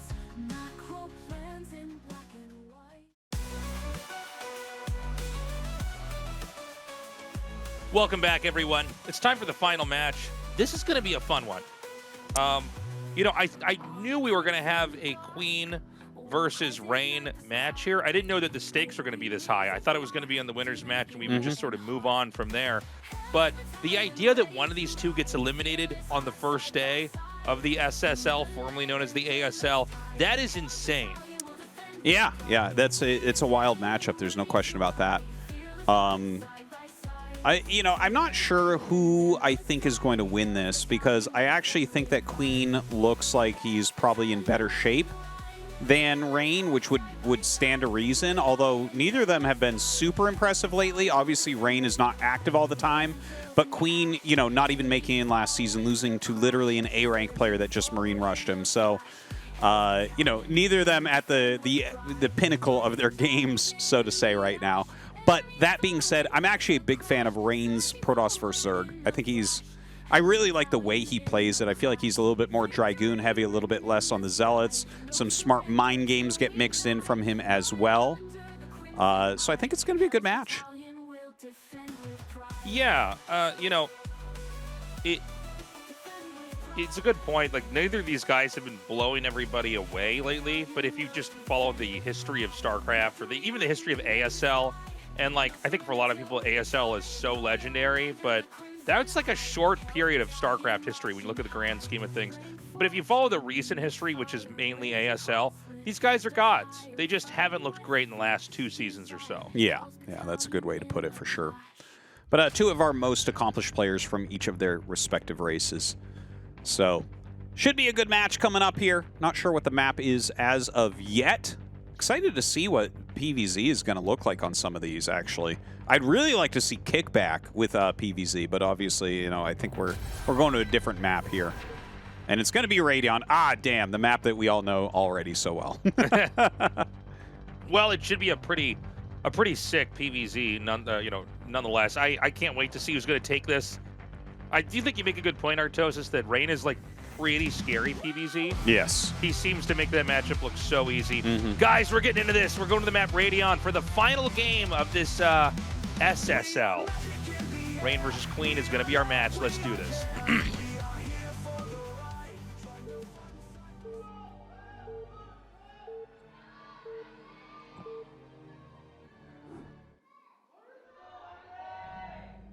Okay, cross spawns here. Rain in the top left, and on the opposite side of the map in the bottom right is Queen. Guys, before we get into this game, we hope to earn your support on our Patreon. We used to do this in studio. Years ago, it was canceled. We were so sad. We thought, well, maybe we could put a Patreon together and get support that way. And that's allowed us to continue on doing this and keeping the history of StarCraft alive. We want to do this forever. We have no plans on stopping. And the reality is that historically the ASL, now rebranded the SSL, this is one of the most watched esports things in the country. So this thing is going to be going on for a long time. Indeed. So if you would, patreon.com/ASL English. We'll probably check into possibly rebranding it in the next season, but so many people already know this is the ASL. If you're tuning in now, this is the same show, just with a new name. So please consider signing up for a year. We love you guys. Yeah, thank you very much, everyone. Everyone who already has supported, you guys are the best. And yeah, I mean, every season has been so entertaining, and this one is definitely going to be up there, I think. Now, taking a look, it is a 9 pool from Queen. Now, Rain does more Nexus first builds than almost any Protoss, so I kind of am feeling this. But it looks like he's going to go Forge, I think. I think he goes for Forge on this map because if they go for Hatch first, you can Cannon Rush on this. And I know this is like my set of protocols that I follow, but it seems like a lot of other pros do the same thing. And it's not a crazy concept. It's like, well, I can open up Forge first on the maps that I can Cannon Rush on. And if they do anything like what Queen's doing, okay, whatever. I'll just play a normal game. I'll make a cannon at home and expand. But if they don't respect the threat, I will Cannon Rush them. Right? And so it just sort of makes sense to go for Forge openings because Zergs still do this sometimes. They still get greedy. They'll still not respect the threat, and you can cheese them. Yeah. And this is 6 Slings coming out. So, you know, you throw down 2 photon cannons, and you're in a pretty good position here as Rain, right? Like, I would say 9 pool is probably, and especially when you've made the 6 Slings from it, when you go double cannon like this, I feel like the Forge Fast expansion is slightly ahead. Would you agree with that? I actually am not sure I would agree with that. No? I think that whenever you have to make 2 cannons, you're kind of annoyed. Well, it's a 9 pool with 6 Slings coming across the map. Yeah. You're right about that part, but your Nexus starts so late is the problem. The ideal situation is that you would start your Nexus really, really fast. So you are making probes, but the truth is that the Zerg's about to have the 3rd hatch started as the 2nd Nexus starts. And the 2 cannons don't really do anything other than make sure you don't die. I've seen some builds where they'll get like a Nexus and then they'll get a gateway and try to block the entrance with 2 probes. But you got to be careful with 6 lings because 6 lings can get by. And if you have even like 1 or 2 Zerglings in your main at this level of play, that can slow you down in your mining so much that it's a headache. So I feel like what Queen's opening does is it allows him to win outright if it's a really greedy Nexus build, like maybe Rain or Mini might try. So it's not a bad bet. But I think it also allows him to then, in a situation like this, at least force a second cannon. I feel like maybe this is a little bit tougher for the Zerg if you go for the gateway opening, though. Yeah. Because you're going to be forced to keep making lings and not die to the Zealot pressure. So I think that's how the build pans out. Yeah. Well, I think that makes it a reasonable build on the map for Queen, especially against Rain, just because he does do more Forge openers. Obviously, he does Gateway expand from time to time, but the guy does a lot of Nexus first plays as well, which always that is a Forge as a backup build, right, in those situations. So, you know, Queen keeping a bit of control here in this game so far. His 3rd hatchery has finished up. Rain running a Zealot around in kind of a funny way to try to find a way in and maybe put some pressure on a little bit later. Yeah, looks like he might finally be able to catch this probe here. But this does allow the Zealots to try to slip out somewhere on the map. You got to be careful in these moments because it can be very confusing what's happening from the Protoss. It's going to be the Spire play. The 2 Zealots are going to come out here. He might just like try to charge in and then run back out with these. Maybe force another 2 to 4 to 6 Zerglings, depending. All right, now the Stargate coming up here for Rain. So going to get some Corsairs on the move, get some scouting done and everything. The 2 Zealots come into this 3rd base. There's not that many lings, so some very good micro here from Rain so far. Of course, the Zerglings attack a bit quicker, so very smart to kind of pull back after the Zealot attack and make the Zerglings not hit as many. And yeah, he's doing a pretty decent job here with them. Going to be able to kill off most of the Zerglings that were there. Yeah, I mean, it was a really well-done play. He forced out a lot of lings. He traded pretty nicely. It did seem like, you know, with the A moving there, some of the Zealots had kind of awkward pairings where they were really distributing the damage instead of trying to hit the weaker Zergling in that moment. But we're going to go into the Citadel. There's a second gas taken here. This could be Corsair into DT. The Corsair wants to try to get across the map, and you just barely have time with this to see the Spire before you have to turn around. Yeah, that Corsair going to get down here, and we'll see actually a morphing second gas. So, you know, I feel like Zergs randomize how much gas they're getting with their muted play so much that it's really hard to just like I remember a few years ago you'd see the second gas, you're like, it's mutas, and nowadays it's like the 1 gas will go mutas, the 2 gas will go mutas. It could, or the 2 gas sometimes will even go for a quick Hydralisk Den here after 4 Scourge. So I feel like it's hard to read this situation for Rain. Well, it just seems like you could throw down a second gas and not use it if the Corsair just sees that, and you would be misled, right? Like, if you can't get in there, you see the second gas, you go, okay, it's tech. There are games where they can go for mutas, but they're not going to have a lot if they don't have the 2 gases. It's hard to support it. So, the Corsairs are going to stay back. We've got +1 weapons. We've got air weapons. We've got the Templar Archives coming down here.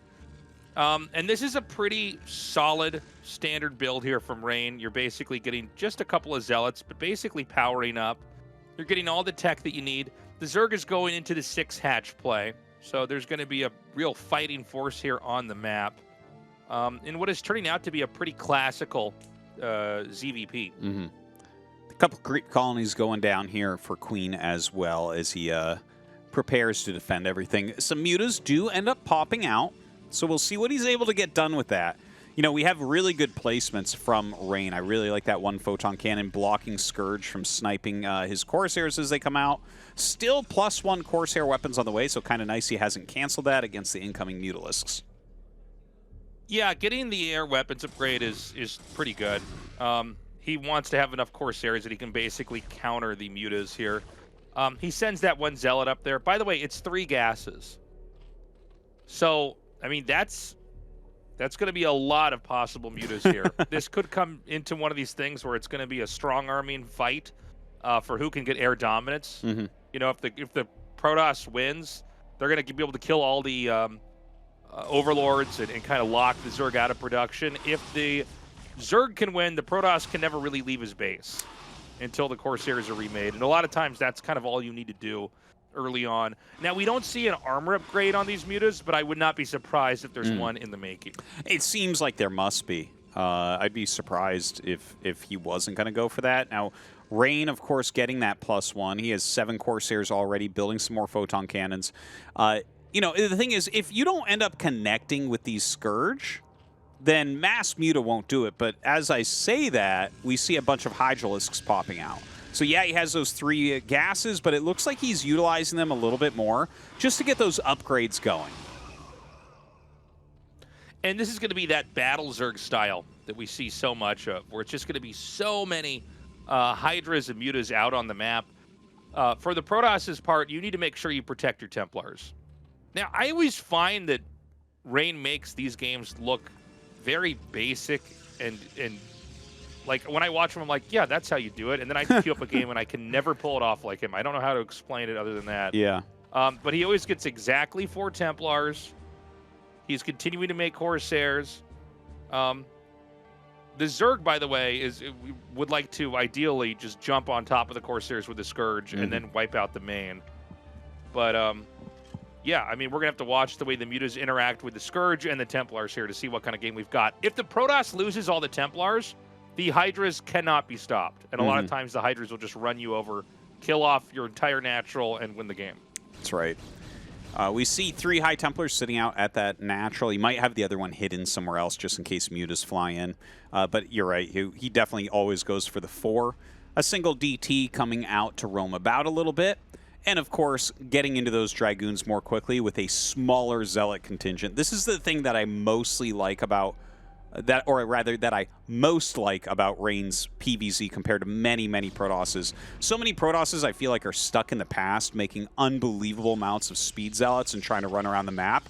Whereas Rain just says, okay, I put a little bit of pressure on with these, much quicker Dragoon range, and gets up to this really stable army that can kind of roam and hold its own for the long term.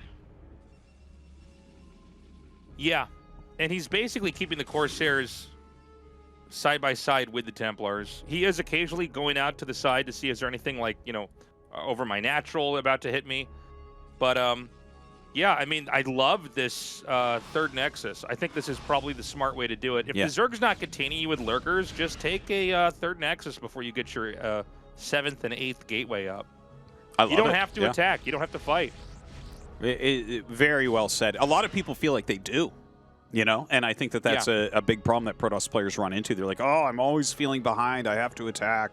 But it's just not the case. Like, the way that Rain is playing this is so immaculate, right? Like, yeah, okay, Queen just got his 4th, but Rain just got his 3rd. He's going to be mining that at the same time. So really, really nice. Ooh, yeah, he's actually going to end up losing some of these Hydras. Queen getting a little bit greedy there. The Scourge coming in, and they, you know what, they do kill some of these Corsairs, so that is nice. But there's a lot of Dragoons to help as anti-air as well. Yeah, and it's going to be a while before the Mutalisks are going to find an opportunity to do that. Because all the Scourge were taken out, and there's still maybe 3 or 4 Corsairs in that group, you can't just dive on the Mutas. He's going to make some more Scourge. He might try to come in and do it again. The Scourge are going to come down. The Mutas have drawn this away. Here come the snipes, or attempted snipes. He gets at least, what, 1 Templar? Okay, he gets a 2nd one. And now it's awkward on the map because you have 1 Templar that doesn't have Storm. That's not going to cut it. You basically have to go back into making, you know, more Templars and Zealots. I do like the idea of a 4th base here. I think this is a really smart move. He's basically trying to keep up with the Zerg's rate of expanding. But yeah, that's too bad. You really want to make sure those Corsairs are back far enough that the Dragoons can cover them from the Scourge, you know, and you're not going to lose them that easily. No. Right now, the Dragoon count has gotten just gigantic. He has a lot of Dragoons out there right now. But of course, you do need that Psystorm. Probably some Zealots mixed in are going to be very strong as well. That 4th Nexus gets started. So I think if you're making a 4th Nexus here, you're only sharking about with this army, right? Like, you're looking to shave units off. But we should not see Rain commit to an attack. We won't see him go up the ramp and try to break that base. We won't see him go across the bridge and try to kill the 4th. Like, I think what you do is you run out here, you poke, you prod, you try to lure him into some Psystorms, and then you just keep walking around. Okay, the Mutas cannot get the deny on that base. This is scary for Queen. You've got to be super uncomfortable in this moment because there's no 5th base, there's no 6th base. The top right locations and the bottom left locations, it's kind of up in the air. And Zerg never want to be in a split map situation. In other words, if the Protoss gets the top part of the map and the Zerg gets the bottom, Zerg usually lose that. Yeah. It's not, you know, it's not always the case, but it's really a pain. Like, it's just like, you know, you don't want to let Terran get half the map, right, in a TVP. Now, here he comes with a small counterattack. There's 4 cannons up here. And I think this can still be saved. Yeah, I'm pretty sure about that. Now, Rain's starting to attack up into this 3rd base location. There's a lot of defense up here. 3 Sunkens, a lot of Lurkers as well, but he is storming those down, trying to push his way in. Starts to back up. This Dragoon actually seeing everything coming in. Oh my god, the Mutas actually still alive over here, trying to clear those with the Psystorms, but that is not working out. Rain having to pull back a bit. Yeah, another nice Psystorm comes down here to wipe out those Hydras. There's so many Dragoons here. He's got some Templars as well. It just doesn't feel like Zerg can fight. I think the Mutas are going to get cleaned up. It looks like an Archon was eventually made, and so that last Muta is going to be killed. I don't get why Rain attacked up that ramp, by the way. I don't either. It doesn't make too much sense because he's in a very good position. As long as he kind of maintains his army. You know, he didn't really lose that much doing that. Obviously, that 4th base got stalled out a little bit. He lost some High Templars there, so that's a little bit rough. But now, starting to pressure down once again. He is up about 30 supply, but I think Queen still has enough to hold on here. Yeah, a huge storm, though, on the bulk of those Lurkers. I saw this video that Snow made a long time ago, and it was really informative. It was talking about how to deal with Zergs that do this, and the idea is you just come in, throw some storms down, and run back. You're not trying to win the push. Oh my god, he's about to get totally surrounded here. This wouldn't be happening, or at least it wouldn't look this bad, had he actually taken, or not taken that fight at the ramp. Yeah. So I'm not saying the Protoss is dead, but this is looking pretty ugly right now. Yeah, I really think that when you get into such a nice position as Rain was in, if you keep reinforcing your army and you just run around and roam the map and just shave units off consistently, I really feel like that's great. And what you're saying that Snow was talking about, because I think no one would put Rain above Snow right now, right? So, like, Snow's word is almost gospel at the moment for Protoss players. I would definitely agree with that sentiment. It just kind of makes sense. Grind Zerg down over time. Keep your base count high. And look at this. Like, he's going to cancel out the 5th base for Queen. So it's 4 base versus 4 base. As long as you don't waste your army and let Queen overwhelm you, you're going to be in a good spot. Yeah, he's going to get a kill, or not a kill, but at least a cancel. Always good if you can at least run up and take this drone out here. But yeah, I mean, you know, it's hard to grow right now if you're the Zerg. You know, these Zealots can be treated like vultures, basically. They run in there, they get a ton of damage off. Rain is reaccumulating Dragoons and Templars and Zealots. I do worry that Queen might be a little bit too big, though. There's a point where the Zerg, you know, they don't have an easy time moving a maxed out army. But when you get enough Lurkers and Defilers and Zerglings and Hydras, it's pretty tough to fight. And I did see him going towards that hive, right? So Adrenal is done. You can see that on the Zerglings really, really cleanly. And yeah, if you have like Adrenalings, Lurkers, and then Defilers with Plague and Darkstorm, right? That's, and there they are. They're popping out right now. Once you get up to this unit composition, I mean, you know, you can Psystorm all day, but the Dragoons are going to be very close to useless, and I feel like you got to go Reaver at that point. Okay, nice storm here. Again, it's important that he does not overextend. just take some damage and back up. You know, remember that the Templars, that spell is infinite if the game goes on long enough. So if you get off like, you know, 7 or 8 Psystorms in a game with a Templar, you're getting more value. You're going to take out a lot of Lurkers over that time, or a lot of Hydralisks. I love this push over here, by the way. This actually could really cost Queen the game if his counterattack doesn't go well, because he needed his bottom left base.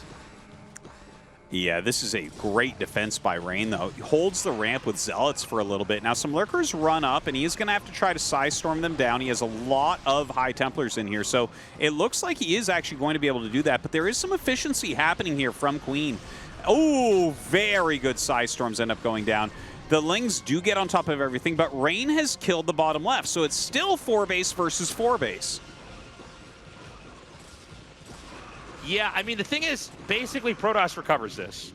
If you didn't kill the Nexus off at the minimum, it just didn't work. The probes are still mining. The Zerg thins out a lot of what he has. And, you know, look, eventually Queen is going to be able to expand into the top right, and that's when it gets really bad here. I do think the final piece of tech is missing. Oh, my God, this DT. That's so annoying. Oh, no, it looks like the Overlord's just barely going to spot that. It would be good if he had Reavers. Yeah. Reavers are very good in these moments because you can put 1 or 2 at a base like that, and it pretty much can't die. This matchup's funny in that both sides get these really punishing defensive setups.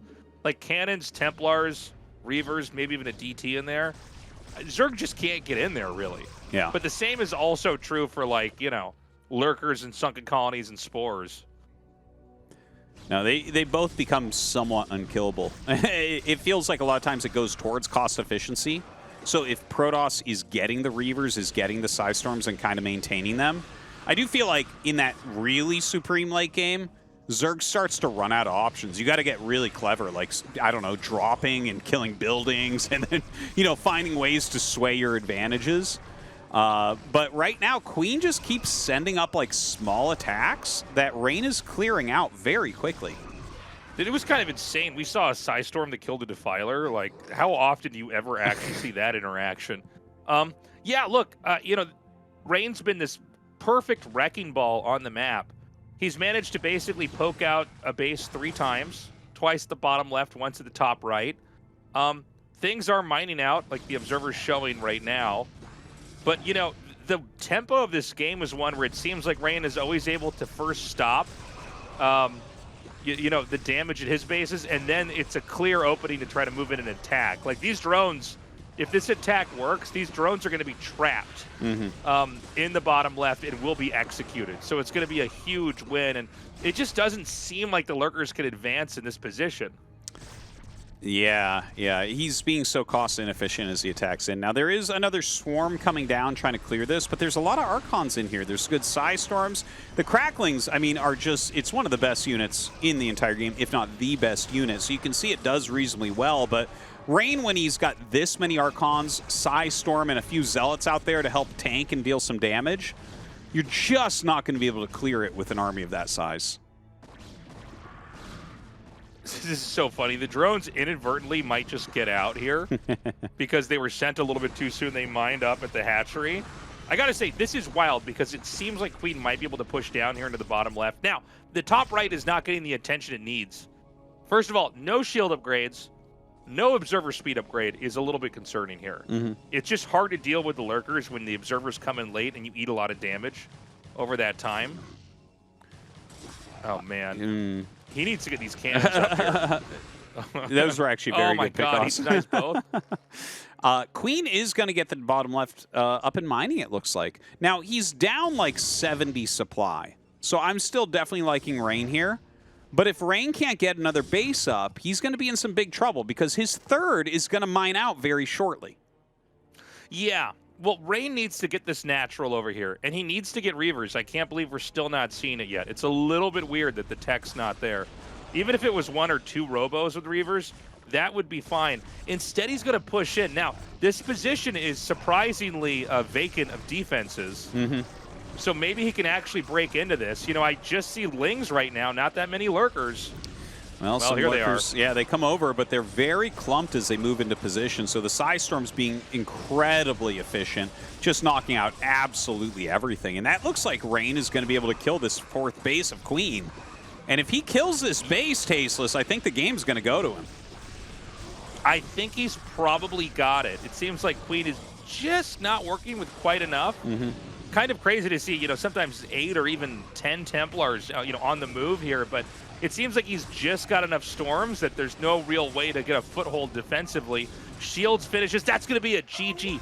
Rain is moving on, and dude, Queen is knocked out of the SSL. Yeah. Yep. A tough day for him. Oh, gosh. Yeah. Loses to a tank timing push, and then loses this big macro game to Rain. You know, I do think that Queen was on even footing for a while there, but it felt like he was doing too many, like, small attacks that Rain just absorbed. It's like, why are we going across the map with 12 Zerglings, 3 Lurkers, and a Defiler when Rain is at 180 supply roaming about with Mass Psystorm? He had some of those moments that kept happening. The 5th base was very hard for him to get up, and Rain perseveres with, in my opinion, one of the best Protoss versus Zergs that you can see. I love his style. Yeah, I gotta say, you can see a couple of the cracks in the armor in those games from Rain. You know, no Reavers, questionable pushes at times. Definitely not going to be a season where he's the obvious favorite to take this. He's got many more weeks to go before he has to prove himself again here. But yeah, it was a good game. A little bit shaky on both sides. Again, wild to me the Queen is knocked out this fast in a season where we don't have that many Zergs, guys. Yeah. But cool to see Rain advance. I'm really excited to see what kind of games he's going to show us here. Yeah, I'm happy that he made it to the next round because he, like you said, I think it's like probably 3-ish weeks before we'll see him play in the next round. And that means that there's a real possibility that he actually starts practicing hard. You give Rain 3 weeks of hard practice that he's kind of prepping for, and you're going to see a completely different looking Protoss. Like, I mean, this looked good. This game looked good, but all these little mistakes we saw will disappear. Yeah, this is where I thought maybe Queen was going to take the game here, getting the full surround. And he basically took out everything of value. I think it was just Dragoons running away at the end of this fight. But, you know, the truth is that Queen didn't really do what he needed to do. He didn't get anywhere near as much of the map as he should have had. He had that base denied so many times that, you know, that counter push wasn't as strong. And at the end of the day, Queen was basically running out of options. You know, and surprisingly, that push that went down to that base that we saw earlier was the killing blow. Well, great job there by Rain. I think we're going to go ahead and jump over to an interview. You're watching the opening day of the round of 24 of SSL Autumn done in partnership with KB Live Mobile, as we have our second player through to the round of 16 in Rain. Congratulations and well done. Thank you. It has been a while since you've made it into the round of 16, as today you advanced through for the 8th time overall. Let's first hear how you're feeling. Well, for starters, it has been such a long time I completely forgot what it feels like to do a winner's interview. I don't know how to take all of this still. It's amazing. You say it's been so long you don't remember what it's like, but during today's games you showed great composure through and through. You stayed calm, you hardly overextended. It would seem the last-minute heavy practice paid off. I was keeping my composure during the first game, but not so much in the end, after all, as I took hurried fights and ended up losing. But that game helped me. It helped me regain composure for the second and third sets, which seems to be why I won those. Your ill-fated rivalry with Barracks continues. You lost to him in the round of 24 both last season and in this one. Doesn't that sting a little? I'm not thinking about that. I ended up advancing, thankfully, and that's what I'm focusing on. If we do perhaps end up meeting in the round of 16, I'll come prepared and I'll win. Today was the first time you and Queen played a match, and he too showed throughout the game how much he wanted to go to the round of 16. But you kept denying his expansions, and you only took the fights you found necessary in a calm, in an efficient manner. What did you think during the game? 경기를 하면서 좀 본인은 어떤 느낌이었나요? Nowadays, I play on and off, I take breaks, and so my early to mid game is rather weak, but when it comes to mid to late game, I think my army movement and my grasp of theory are still what they were, and in the match against Queen, it was that mid to late game strength that really showed through for me. I predicted well where my opponent would go if I went one way, so I could move my army, things like that. Now I'll work on improving my early to mid game. The players up top seem to have already figured it out. That will surely make the round of 16 ever so exciting. What goals do you have in mind for this season? Naturally, whenever I decide to participate, my goal is to become the champion, but I think I'll have to take it one step at a time. But you know, Solki said that if I get to the round of 16, he will yield his privilege to me. For real? That's what he said. That's what he said, but we'll see if he sticks to it. How much do you believe he will? He said the same thing last season, but I ended up getting knocked out. Honestly, he doesn't even have to use his privilege. He will get to the round of 8 anyway. So you're asking him to give you his winner's privilege. That would be nice. Many people are looking forward to seeing what you bring to the table in this autumn season of SSL, the starting season of SSL. Any words for those who cheered you on? Despite me taking time off and coming back to StarCraft every now and then, there are people who always cheer me on, saying I can do it. And it's thanks to these fans I prepared well and managed to get a good result.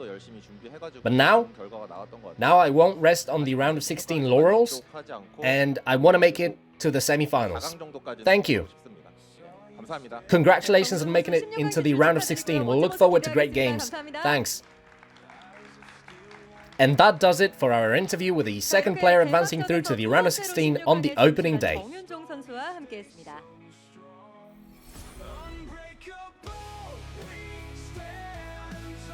It's good to be back, guys. I'm always my perfect self when we're doing an ASL, now called the SSL. Brood War forever. Barracks goes on to be the first player to survive here. Definitely got my eye on him. He made it look easy. He made Rain and Queen look kind of obsolete. And at the end, Queen squeaked by with a victory here in a really close game versus Queen. Yep. Our next group is one of the ones that I am most excited for. In fact, the most excited for. Obviously, Mini and Bisu, just huge names. Sock, very strong, but a good friend of mine in Scan going to be playing. I cannot wait to see what he is going to bring to the table here in this SSL season. Yeah, this should be a pretty crazy, dramatic, probably a long day here with all these PVTs, and you know, there's always that possible TVT coming into this if we get the mirror matchup. This is going to be a fun one. Definitely, if you're a fan of this matchup, this is going to be a crazy day, man. Super cool to see Scan there. Obviously, he's a buddy of ours. It'll be interesting to see how he can perform. Mini looking as scary as ever. Bisu, of course, he's from that kind of god generation of StarCraft 1. Maybe the greatest time in StarCraft 1, as some would say. And he's still viable. He's still competitive, so that'll be cool to see him playing as well. Yeah, in fact, I would put Bisu as one of the strongest Protoss in the world still to this day. Like, he is in very, very good shape generally. So, yeah, that's going to be fantastic. Cannot wait for that group. Once again, guys, we want to thank you so much to everyone who has supported on the Patreon. That's patreon.com/ASL English. Thank you for watching, guys. We love you, and we'll see you in Group B. Bye-bye.